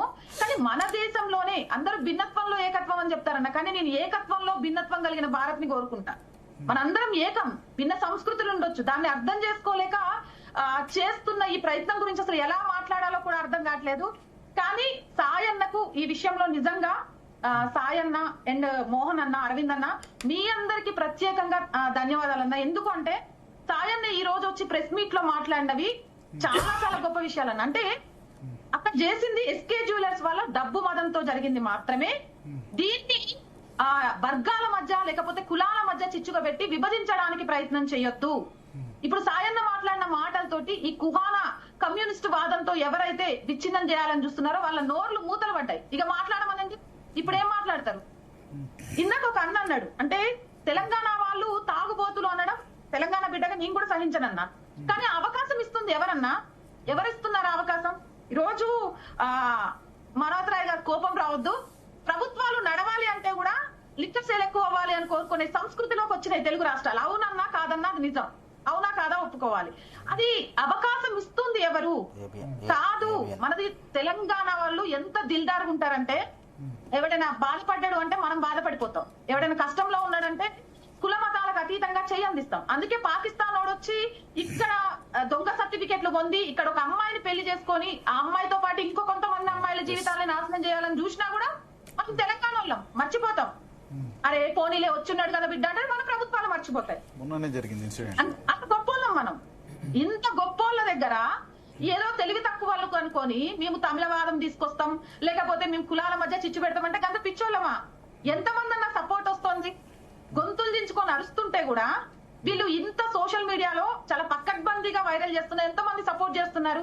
ఈ రోజు ఎవరైతే నిజంగా బాధపడ్డాడో సాయన్న, ఆ సాయన్నే బయటకు వచ్చి అరే బై కులాల మధ్య చిచ్చు రావడానికి నా పేరును వాడుకోకండి, లేకపోతే నాకు జరిగిన దాడిని వాడుకోకండి, మీరేం మనుషులు రాబాయ్ అని మాట్లాడుతున్నారంటే ఇక అంతకంటే ఊయాల్సిన అవసరం లేదన్న వాళ్ళకి. నా దృష్టిలో దేశాన్ని విభజించాలి అనుకో. ఆయన తర్వాత కూడా అది కాదు అంటారు. ఆయన తర్వాత కూడా ఉద్యమం కంటిన్యూ అవుతుంది, స్టేట్మెంట్ వచ్చింది. అదే చెప్తున్నా కదా, నా తర్వాత కల్చర్ తీసుకొస్తారు, పానీపూరి తీసుకొస్తారు. అవునన్నా panipuri go back, pan Parag go back అని నేను అంటారు. పాన్ పరాగ్లు ఒక్క మార్వాడి వల్ల తింటున్నారా అన్న? మనం గంజాయి గో బ్యాక్ అనాలా, డ్రగ్స్ గో బ్యాక్ అనాలా, మాదక ద్రవ్యాలు గో బ్యాక్ అనాలా, ఇవన్నీ కూడా చెడు వ్యసనాలని గో బ్యాక్ అనాలా? అంతేగాని జోషి గారు panipuri pan Parag go back okay, panipuri go back ఎందుకో నాకు అర్థం కాదు. మరి పానీపూరి చాలా మందికి ఇష్టమైన ఫుడ్. ఒక్కడి భర్త గారు ఒక విషయం అండి, పాపం పానీపూరి బండ్లు పెట్టుకునే వాళ్ళు వాళ్ళ మీద ప్రతాపం చూపిస్తే పానీపూరి దగ్గర ఒకటి ఇంటర్వ్యూట్ అయితే సార్ ఏమనుకోవద్దు. పానీపూరి హైదరాబాద్ లో పానీపూరి అమ్మే దాంట్లో ఒక 50 to 60% మన ఆరణఖేడలు ఉంటారు, మా సంగారెడ్డి జిల్లాలో ఉంటారు. దయచేసి ఆ పానీపూరి మా వాళ్ళకి ముందే మా దగ్గర ఎందుకు మార్వాడి పానీపూరి గో బ్యాక్ ఏరియాలంతా మా వాళ్ళు ఉంటారు, ఆరణఖేడలు ఉంటారు పానీపూరి బండ్లని కూడా. ఓకే, మరి ఎందుకు వచ్చింది ఇది యాక్చువల్లీ? మరి ఇప్పుడు అంటే పానీపూరి అనేది దోషి గారు ఏంటి పానీపూరిలో ఎక్కువ మార్వాడీలు ఉన్నారా? దోషి గారు ఒక్క నిమిషం, మన మార్వాడి సమాజ్ నుంచి జోషి గారు ఉన్నారు. దోషి గారు చెప్పండి. భరత్ గారు అందరికి నమస్కారం. మన జీ న్యూస్ లో ఉన్న అందరికి నమస్కారం అన్న.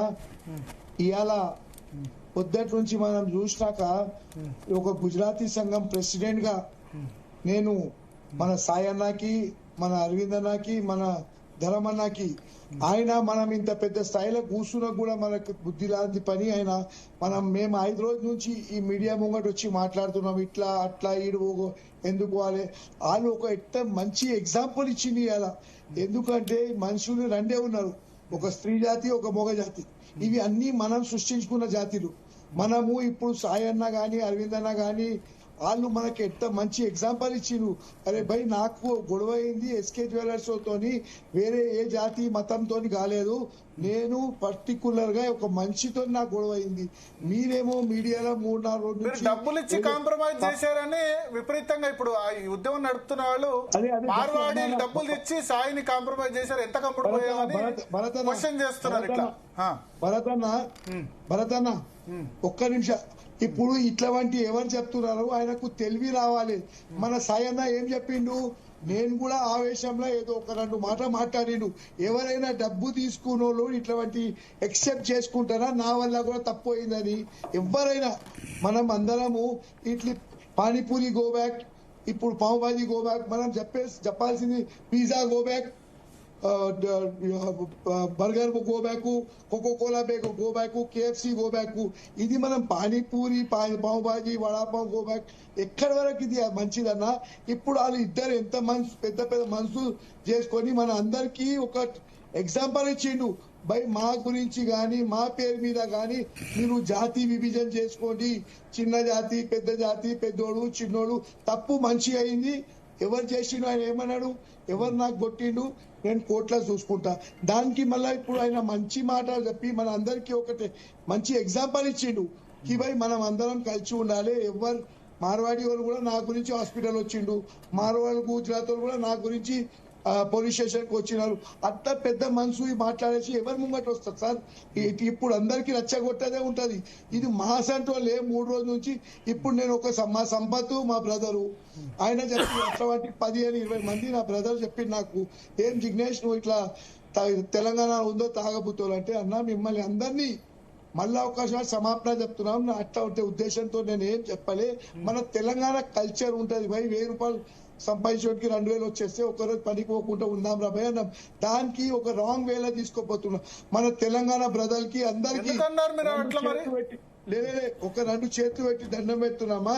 నేను ఇట్లాంటి 2000 తీసుకొని తాగేది అట్లాంటి ఉద్దేశం లేకుంటేనా, మీకు అట్లాంటి హార్ట్ ఉంటే హార్ట్ అయితే నేను మళ్ళా ఒకసారి నా వర్డ్స్ రిటర్న్ తీసుకుంటా. అదే అట్లాంటి సేమ్ టైం అన్న అట్లాంటి సేమ్ టైం ఒక క్షణాల్లో నేను ఒక మనిషి అన్నాడు, ఒక బ్రదర్ అన్నారు, గుజరాత్ వాళ్ళు అంతా దేశద్రోహులు ట్యాక్స్ కట్టకపోతే. అది మళ్ళీ ఆయన కూడా ఈ తెలంగాణ పబ్లిక్ అడగాలి కదా. ఇప్పుడు జిగ్నేష్ జోషి తప్పు చేస్తే ఈ మన సాయన్నకి అరవింద్ అన్నకి అలా చూసి నాకు కూడా ఫీల్ అయ్యిండు, అరే భయ్ ఎవరికి హర్ట్ చేసే అధికారం నాది లేదు.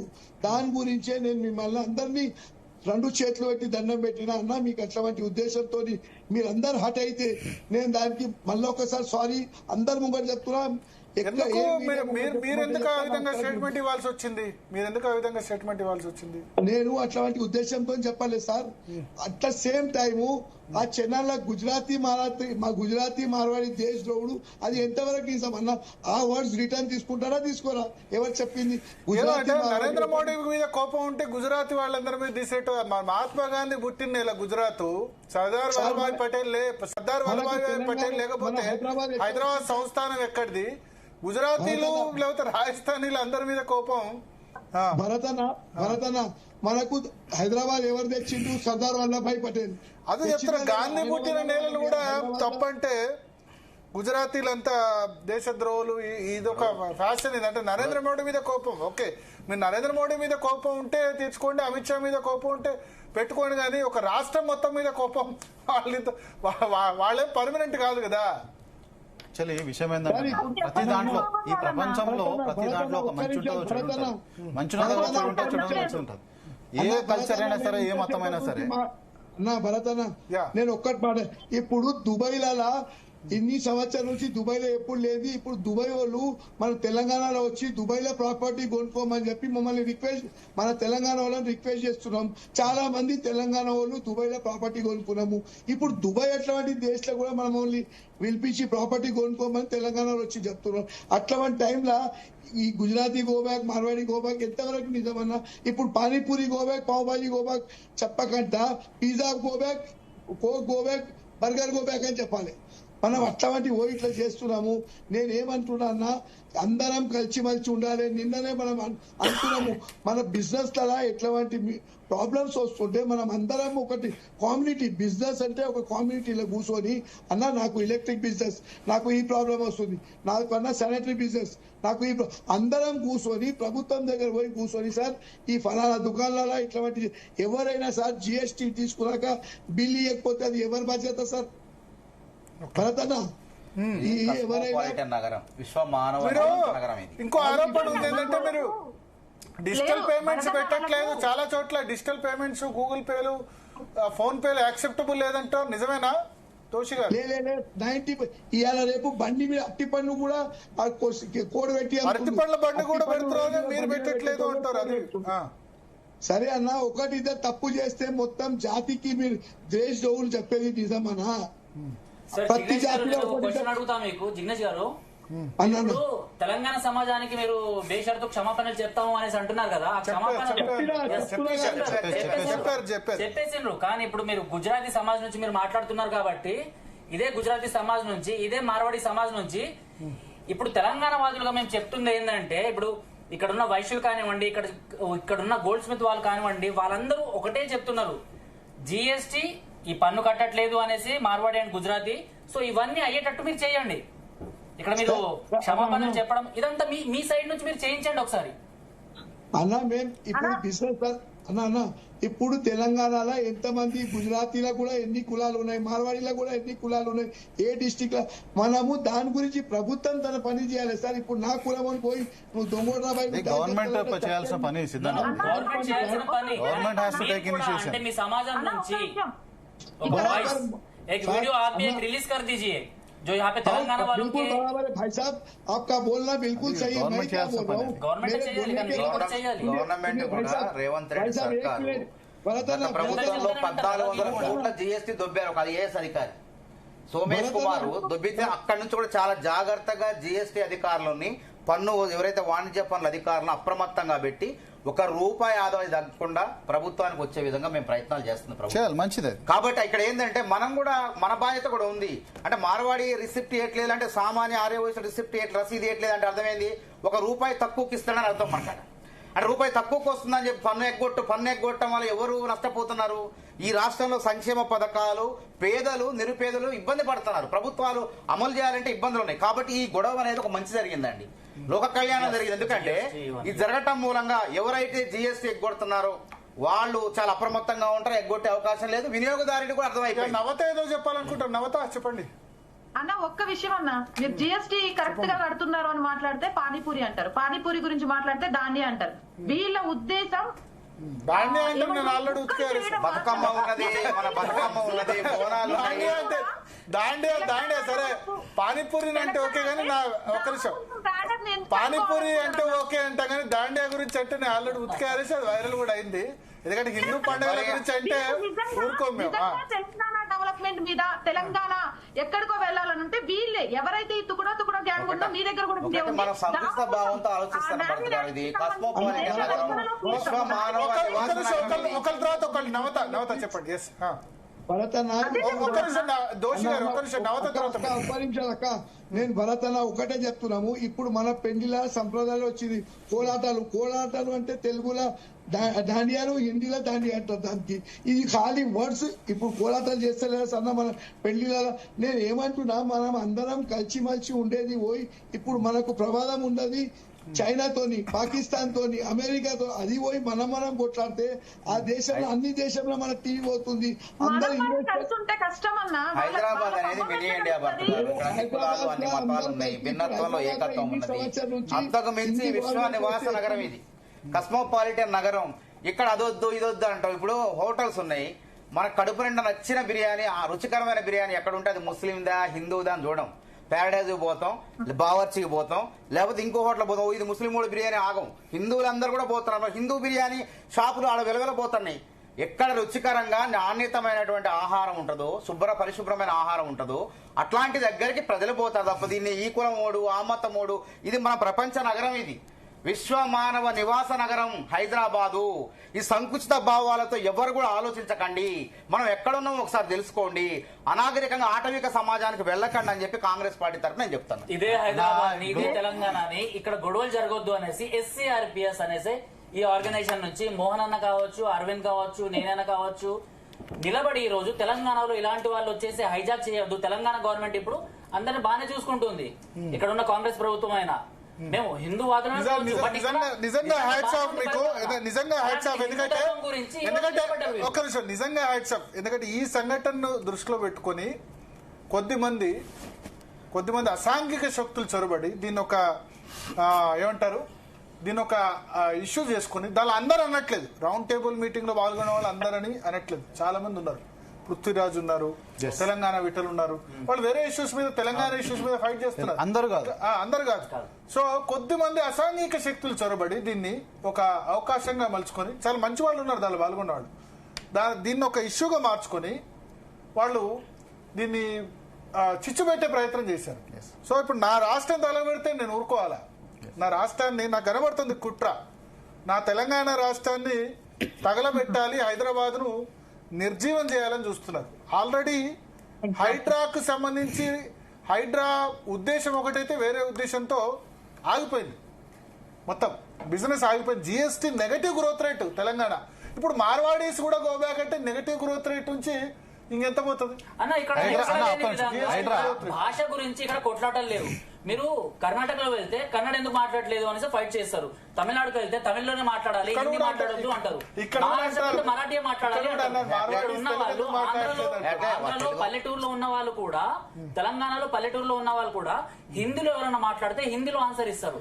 సో ఇక్కడ లాంగ్వేజ్ అన్నది ఇక్కడ మరాఠా వాళ్ళు ఒప్పుకోరు హిందీని. మన చూడు చట్టం వాళ్ళు అసెంబ్లీలో మార్చుకున్నారు, మాకు హిందీ అవసరం లేదని. ఇక్కడ అట్లా కదా, అందరూ జీవించే హక్కు హైదరాబాద్. ఇప్పటికే కొందరు మార్వాడీలు ఇప్పుడు జరుగుతున్న పరిణామాలకు భయపడి స్వస్థలాలకు వెళ్లిపోతున్నారు. ఏంటి అంటే ఏళ్ల తరబడి ఇక్కడే ఉన్న మార్వాడీలకు కొంచెం అంటే అయోమయంలో ఉన్నారు కాబట్టి జరుగుతున్న ఇన్సిడెంట్స్ ని ప్రభుత్వం నుంచి ఏమైనా ముఖ్యమంత్రి గారు నిన్నే మాట్లాడిండు, రండి పెట్టుబడులు పెట్టి, ఎక్కడెక్కడో విదేశాలను వచ్చి పెట్టుబడి పెట్టమన్నప్పుడు ఇక్కడ వ్యాపారాలు చేస్తూ ఇక్కడ పనులు కట్టే వాళ్ళు ఎందుకు పొమ్మంటారు? పోవాల్సిన అవసరం. ఇది ఎవరో ఒకళ్ళిద్దరి మధ్య జరిగిన ఘటనను అందరికీ ఆపాదించాల్సిన అవసరం. మొదటి నుంచి నేను కూడా 5 రోజుల నుంచి మాట్లాడుతున్నా, ఇంటర్వ్యూకి వెళ్తున్నా, భర్త గారు డిబేట్ రాలేదు కానీ మేము అదే చెప్తున్నాం. మహేష్ కుమార్ గౌడ్ గారు కానివ్వండి, సీనియర్ నాయకులు వి హనుమంతరావు గారు కానివ్వండి, కొత్త పంచాయతీ ఏందంటారు, ఇది వ్యక్తుల యొక్క వాళ్ళ యొక్క ఉనికిని కాపాడుకోవడం కోసం. ఇది మీ భర్త గారు అసాంఘిక శక్తులుగా నాకు బాగా తెలుసు, అందులో ఉన్నవాళ్ళు. ఇప్పుడు తెలంగాణ శ్యామ్ ఖమ్మమే, పిడమర్తి రవి ఖమ్మమే, వాళ్ళ యొక్క ఉనికిని వాళ్ళ అస్తిత్వాన్ని కాపాడుకునేది రకరకాల వ్యక్తులు రకరకాలుగా వాడుకుంటున్నారు. మార్వాడీలకు భయం లేదు, కాంగ్రెస్ ప్రభుత్వం ఉంది. ఇక్కడ మార్వాడి ఉండొచ్చు, ఆంగ్లో ఇండియన్ ఇక్కడ మెట్టు కూడా పోతే ఆంగ్లో ఇండియన్లు ఉంటారు. మరి ఆంగ్లో ఇండియన్లు ఉన్నారు, అన్ని చైనీస్ ఉన్నారు, రెస్టారెంట్ లో పనిచేస్తున్నారు, బీహారీలు ఉన్నారు. అందరూ బతకటానికి అనువైన వాతావరణం ఉన్న నగరం హైదరాబాద్. అందుకే ఇక్కడికే వస్తున్నారు అందరూ. ఆర్థిక రాజధాని ముంబై అయితే దేశంలో 2వ రాజధాని కావాల్సినటువంటి రాష్ట్రం హైదరాబాద్. ఎందుకంటే భూకంపాలు రావు, ఇక్కడ దక్కన పీఠభూమి మీద ఉంది, చక్కని చెమటలు పట్టవు, చక్కని సమశీతోష్ణ వాతావరణం ఉంటుంది. కాబట్టి ప్రజలందరూ ఎడకే వస్తున్నారు. మార్వాడీలైనా ఎవరైనా అక్కడ ఓటర్లు చచ్చిపోయి ఈ మట్టిలోనే కలిసిపోతున్నారు, వాళ్ళు కూడా ఈ శ్మశానాల్లోనే కాలిపోతున్నారు. ఇక్కడ పుట్టిన వాళ్ళు ఆంధ్ర వాళ్ళైనా అంతే, ఇక్కడే కాలిపోతున్నారు శ్మశానాలు, కానీ వాళ్ళ ప్రాంతానికి పోవట్లేదుగా. కాబట్టి ఇది చూసుకోండి, ఈ యొక్క మానవ సంబంధాలు దెబ్బతినకుండా, ప్రాంతీయ విద్వేషాలు రెచ్చగొట్టకుండా, జాతి సమైక్యత, మనమంతా భారతీయులం అనే అంశాన్ని భారత రాజ్యాంగాన్ని చదవండి అంటారు. ఇప్పటికి కూడా భారత రాజ్యాంగంలో ప్రాథమిక హక్కులు చదవరు. అంబేద్కర్ రాసిండు, అరే అంబేద్కర్ రాసిన రాజ్యాంగాన్ని చదవరు, అంబేద్కర్ జాతిలో పుడతారు, ఈ విధంగా విద్వేషాలు ఎందుకు రెచ్చగొడతారని అంట. మరి మీ అలయన్స్ లోనే ఉన్నారన్నా, బీసీకే పార్టీ మీ అలయన్స్ లోనే ఉంది, డిఎంకే మీ అలయన్స్ లోనే ఉంది, మీరు దాన్ని ఖండించాలి కదా. వాళ్ళ భావజాలం ప్రమాదకరమైన భావజాలం. అట్లాంటి మహబూబా పార్టీలో బీజేపీ మద్దతు ఇచ్చింది, ఇప్పుడు ఉగ్రవాద పార్టీ. మీరు బీజేపీ ప్రశ్నించండి, నేను బీజేపీ దాన్ని కూడా ప్రశ్నిస్తాను. అదే అంటారు. వ్యతిరేకంగా మాట్లాడితే ఎవరైనా ప్రశ్నిస్తాం. నేను ఫస్ట్ అదే అన్నా కదా. టీడీపీ పార్టీ ఇప్పుడు నేను ఫస్ట్ అదే అన్నా కదా. బీజేపీ మద్దతు ఇచ్చి ప్రభుత్వం ఏర్పాటు చేయలేదా? రాజకీయ అవసరాలు వేరు, ఇక్కడ మనుషుల మధ్య సంబంధాలు దెబ్బతినొద్దు. తెలంగాణ వాళ్ళంతా తాగుబోతులు కాదు. తెలంగాణ సంస్కృతి అంటే తాగటం కాదు. నేను ఫస్ట్ సంస్కృతి అంటే తెలంగాణ మానేయాలా? ఇంకెన్ని రోజులు తాగాలి? పద్ధతి మార్చండి. మంచిది కాదు, మంచిది కాదు. ప్రవీణ్ కుమార్ అప్పట్లో ఒక మాట అనేటోళ్ళు, కళ్ళు సీసాలు కాదు కంప్యూటర్లు ఉండాలి చేతులని. మంచి మాట. Yes, we have to welcome it. ఈ రోజు మీరు తుకడే గ్యాంగ్ లో ఉన్నటువంటి భాగస్వామి ఉన్నటువంటి ఆయన పేరు కన్నయ్య కుమార్ వెంబడేసుకుంటా భారత్ తోడు అనేటువంటి భారత్ తోడు అన్న ఒక మాట చెప్తా. ద్వేషాలు విద్వేషాలు నశించాలని చెప్పి నడుస్తుండే ఆయన. అవునన్నా, దాన్ని పట్టుకుంటారు ఎందుకు? ఇక్కడ ఏం జరిగిందో దాని గురించి మాట్లాడారు. ఎక్కడో విషయాలు ముడిపెట్టేసి దీన్ని రచ్చ చేసి హిందువులు అని చెప్పి ముస్లింలు అని చెప్పి రకరకాలుగా హిందువులు ముస్లింలు స్వతంత్ర పోరాటం దేంట్లో అయినా మంచి ఉంటే చెడు ఉంటుంది. ఈ రోజు మంచి చెడు ఉంటుంది. ఎగ్జాంపుల్ ఏమంటున్నా, ఈ దేశ నిర్మాణంలో ఈ దేశ నిర్మాణంలో ముస్లింలు క్రైస్తవులు అందరి పాత్ర ఉంది. ఏపీజే అబ్దుల్ కలాం గారు భారతదేశము తల్లాడిపోతున్న సమయంలో న్యూక్లియర్ ఇచ్చిండ్రు. అదే చెప్తున్నా, పోరాడిండు. ఎంతో మంది ముస్లింలు కూడా చచ్చిపోయారు. అదే చెప్తున్నా. క్రైస్తవులకు సంబంధించి కూడా బయట దేశంలో ఎంతో మంది సైంటిస్టులు ప్రపంచానికి టెక్నాలజీ అందించారు. అందరూ మంచిగానే ఉన్నాం. మూఢనమ్మకాలు ఉన్న దగ్గరనే అభివృద్ధి కూడా ఉంది. అది మతాలకు సంబంధించింది కాదు, వ్యక్తులకు సంబంధించింది. సమైక్యత కావాలి. మీరు అట్లాంటి వాళ్ళని ఎంకరేజ్ చేయకండి. మధ్యలో వచ్చిన వాళ్ళే హైడ్రా విషయంలో మాట్లాడుతున్నారు. హైడ్రా వల్ల జరిగిన నేను అదే చెప్తున్నాను. వినండి, హైడ్రా వల్ల జరిగిన ఎగ్జాంపుల్ ఎంత అద్భుతంగా డెవలప్ చేస్తున్నారంటే హైడ్రా టీము నా కళలో కూడా నేను ఊహించుకోలే. దాదాపు 34 ఎకరాలు 44 ఎకరాల సుమారు చెరువును మొత్తం కబ్జా చేసి 50% కంటే చిన్నగా చేస్తే దాన్ని తవ్వినండి. నేను ఊహ కూడా అందలే. నాకు పూర్తిగా తవ్వి దాన్ని లోతు కూడా తీసి పూడిక తీసి ఎంత బ్యూటిఫుల్ చెరువు పార్క్ చేస్తున్నారంటే రేవంత్ రెడ్డి గారికి సెల్యూట్ కొడుతున్నా ఆ విషయంలో. కాకపోతే నేనేమంటా, ఇట్లా ఒక మంచి జరుగుతున్న దగ్గర చెడు జరుగుతుంది. ఆ చెడును విస్మరించాలి, మంచును పట్టుకొని పోవాలి. చెడును మనం ఎంకరేజ్ చేయొద్దు పార్టీ తరఫు నుంచి. మీకు అది నా రిక్వెస్ట్. అట్ ది సేమ్ అట్లాంటి వాళ్ళు అన్న అట్లా కాదు, వీరు మీ ఎలా ఇస్తున్నారు దాన్ని ఖండించాలంటున్నా. విద్యార్థి సంఘంగా ఉన్నప్పుడు మాట్లాడింది కాంగ్రెస్ లో వచ్చేది వేరు.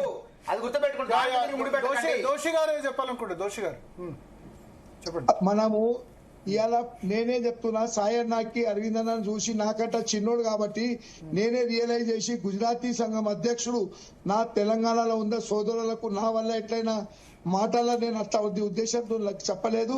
నేను నా వర్డ్ విత్డ్రా చేస్తున్నా. ఇట్లాంటి మన ఇంట్లో ఎవరు తప్పులు ఆడ ఒప్పుకుంటే ఎప్పుడైనా గొడవలు అవుతుందా? ఎవరు తప్పులు ఇంట్లో ఉన్నప్పుడు తప్పులు అయితే గిన్నెలు ఉంటే సప్పుడు వస్తుంది. అట్లాంటి ఎవరు తప్పులు ఆడ ఒప్పుకుంటే ఇట్లాంటి జరిగేది సమస్య. ఎందుకంటే ఇవి కేవలం ఈగో. దానికంటే ఎక్కువ ఒకటి సనాతన ధర్మంకి ముక్కలు చేయాలని ఒక ప్రాజెక్ట్ నడుస్తుంది. ఇది ఒక ప్రాజెక్ట్. మనం బిల్డింగ్ కట్టే ఒక ప్రాజెక్ట్ ఎట్లా ఉంటది, ఈ సనాతన ధర్మం అందరూ ఒక్కటైతున్నారు కాబట్టి కొంత దూరశత్రువులు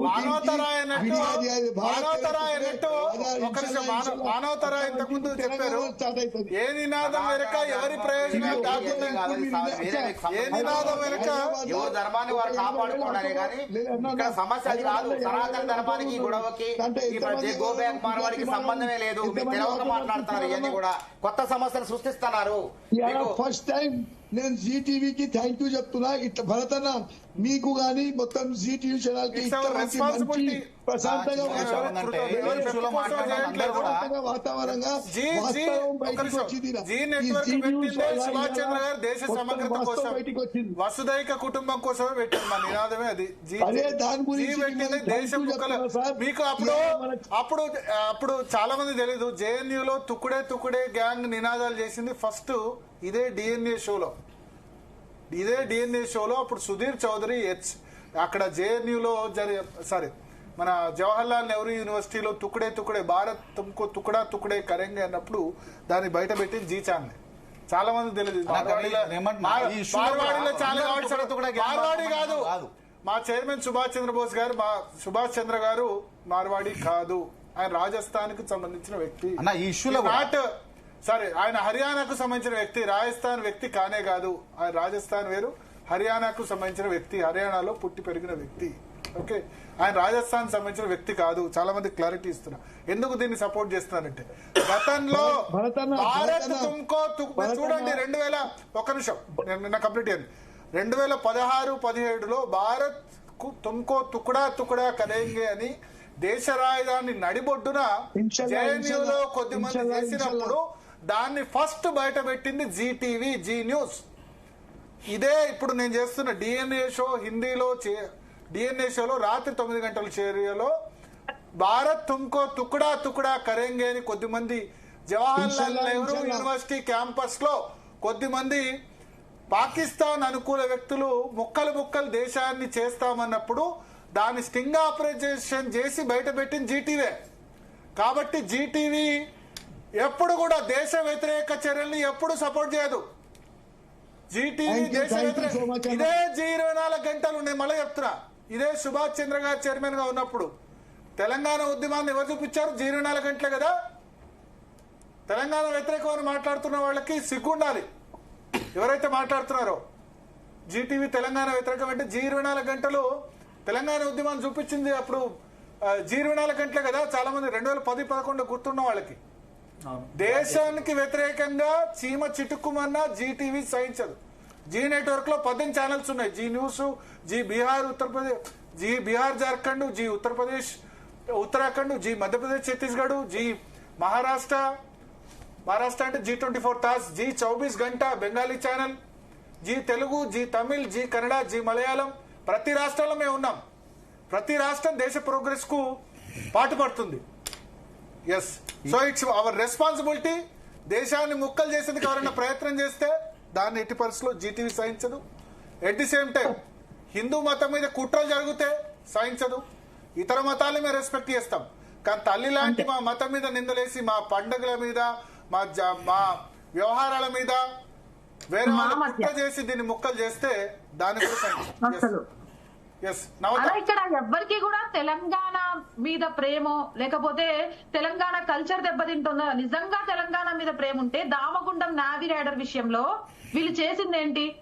సముద్ర పరంగా రక్షణకు కీలకంగా మారేది, దాన్ని కూడా వ్యతిరేకించారు. వీళ్లకు కావాల్సింది బార్డర్ లో మన జవాన్లు, ఆర్మీ, నావీ అక్కడ ఏ శత్రు దేశాన్ని లేకపోతే శత్రువుల్ని గడగడలాడిస్తారు. కాబట్టి లోపల దేశం లోపల విచ్ఛిన్నం చేయడానికి వాళ్ళకు తగ్గట్టు కొందరిని ఉపయోగించుకుంటున్నారు. దాంట్లో ఏంటి అంటే చెప్పే కదా, హిందువులు విభజించి పాలించడం అనేది మొదటి నుంచి చేసుకుంటూ వచ్చినది. ఇప్పుడు సేమ్ అదే మళ్ళీ చేస్తున్నారు. అంతే తప్ప ఒక మోటివ్ తోనో లేకపోతే ఒక ఆశయంతోనో చేస్తుంది కదా, ఒక విచ్ఛిన్నకర ఆలోచనలతో చేస్తోంది. అది దాంట్లో చాలా క్లియర్ కట్ గా ఉంది. ఈ రోజు ఈ విషయంలో మార్వాడికి సంబంధించి సాయన్న లేకపోతే ఇంకో స్టేట్మెంట్ ఇవ్వడంతో ఇది ఆగుద్ది అనుకుంటే మార్వాడిల పరంగా ఆగుద్దేమో. ఇంతకు ముందు కోమట్లది, అంతకు ముందు బ్రాహ్మణులది, అంటే ఏదో ఒకటి తీసుకొని వస్తూనే ఉంటారు. ఇక్కడ మనం చేయాల్సింది ముఖ్యంగా ప్రభుత్వాలు గాని ప్రజలు గాని దేశ ద్రోహ చర్యలకు, దేశం ఉంటుంది రాష్ట్రం ఉంటదన్నా, దేశం లేని మనందరం ఎక్కడ ఉంటాం? ముక్కలైపోతే అసలు ఏమైపోతాం? కాబట్టి అలాంటి దుష్ట పన్నాగాలు పన్నుతున్న వాళ్ళ విషయంలో కఠిన చర్యలు ప్రభుత్వాలు తీసుకోవాలి. వాళ్ళని ఏ మాత్రం కూడా ఎంకరేజ్ చేయకుండా ప్రజలు వాళ్ళని ఎక్కడికక్కడికి అడ్డుకుంటూ ఉండాలి. ఇవి రెండు మాత్రమే కాపాడగలుగుతాయి తప్ప ఇంకేం చేసినా, ఎవరొచ్చి క్షమాపణలు చెప్పినా, జరిగిపోతోంది ఇది అని చెప్పినా వీళ్ళకి అడ్డుకట్ట వేయలేము. సోషల్ మీడియాలో సంబంధించి చిన్న చిన్న వాటికి సంబంధించే కేసులు అవుతున్నాయి. దేశంలో రాష్ట్రంలో మార్వాడి గొడవ రాబోతుంది అంటే వాళ్ళ మీద కేసులు ఉండవు. ఎవరు పెట్టే వాళ్ళు ధైర్యం చేసి ముందుకు రారు. అన్న నిజంగా ఒక దళిత బిడ్డను కొట్టారు అనే కోపంతోనే మార్వాడి గో బ్యాక్ అంటే హఫీజ్ పేటలో 1 వీక్ బ్యాక్ కర్రెలు అమ్ముకుంటున్నాడు అని రోడ్డు మీద చంపేశారన్నా. అంటే ఇక్కడ కొట్టడం కంటే చావు చాలా ప్రమాదకరమైంది. ఆ కుటుంబానికి 2 ఆడపిల్లలు, చిన్న చిన్న పిల్లలు, కుటుంబానికి సంబంధించిన 4 ఒక శ్రీనివాస్ అనేటటువంటి వ్యక్తిని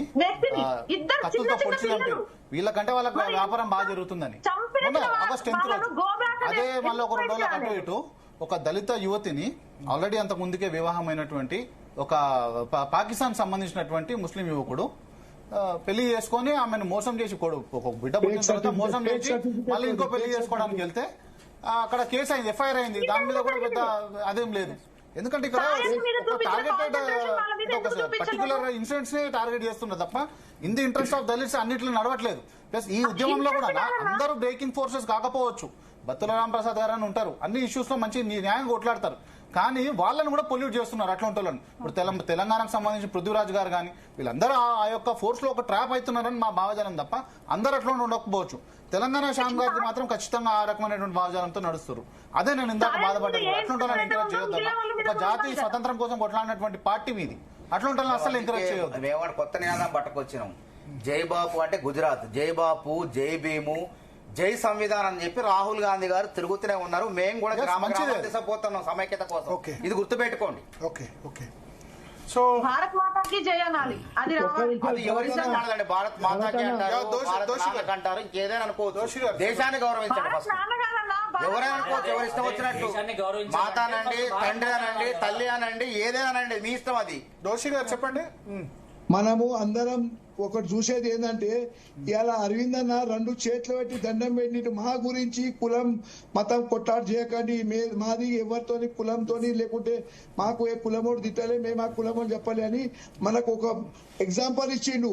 సాయి అన్న ఒప్పుకున్నాడు, నాది కూడా రోషంలో తెలంగాణ మన అట్లా కల్చర్ ఎట్లా ఉంటుంది, ఆయన ఒకటి తింటే నేను కూడా కోపంలో తింటా.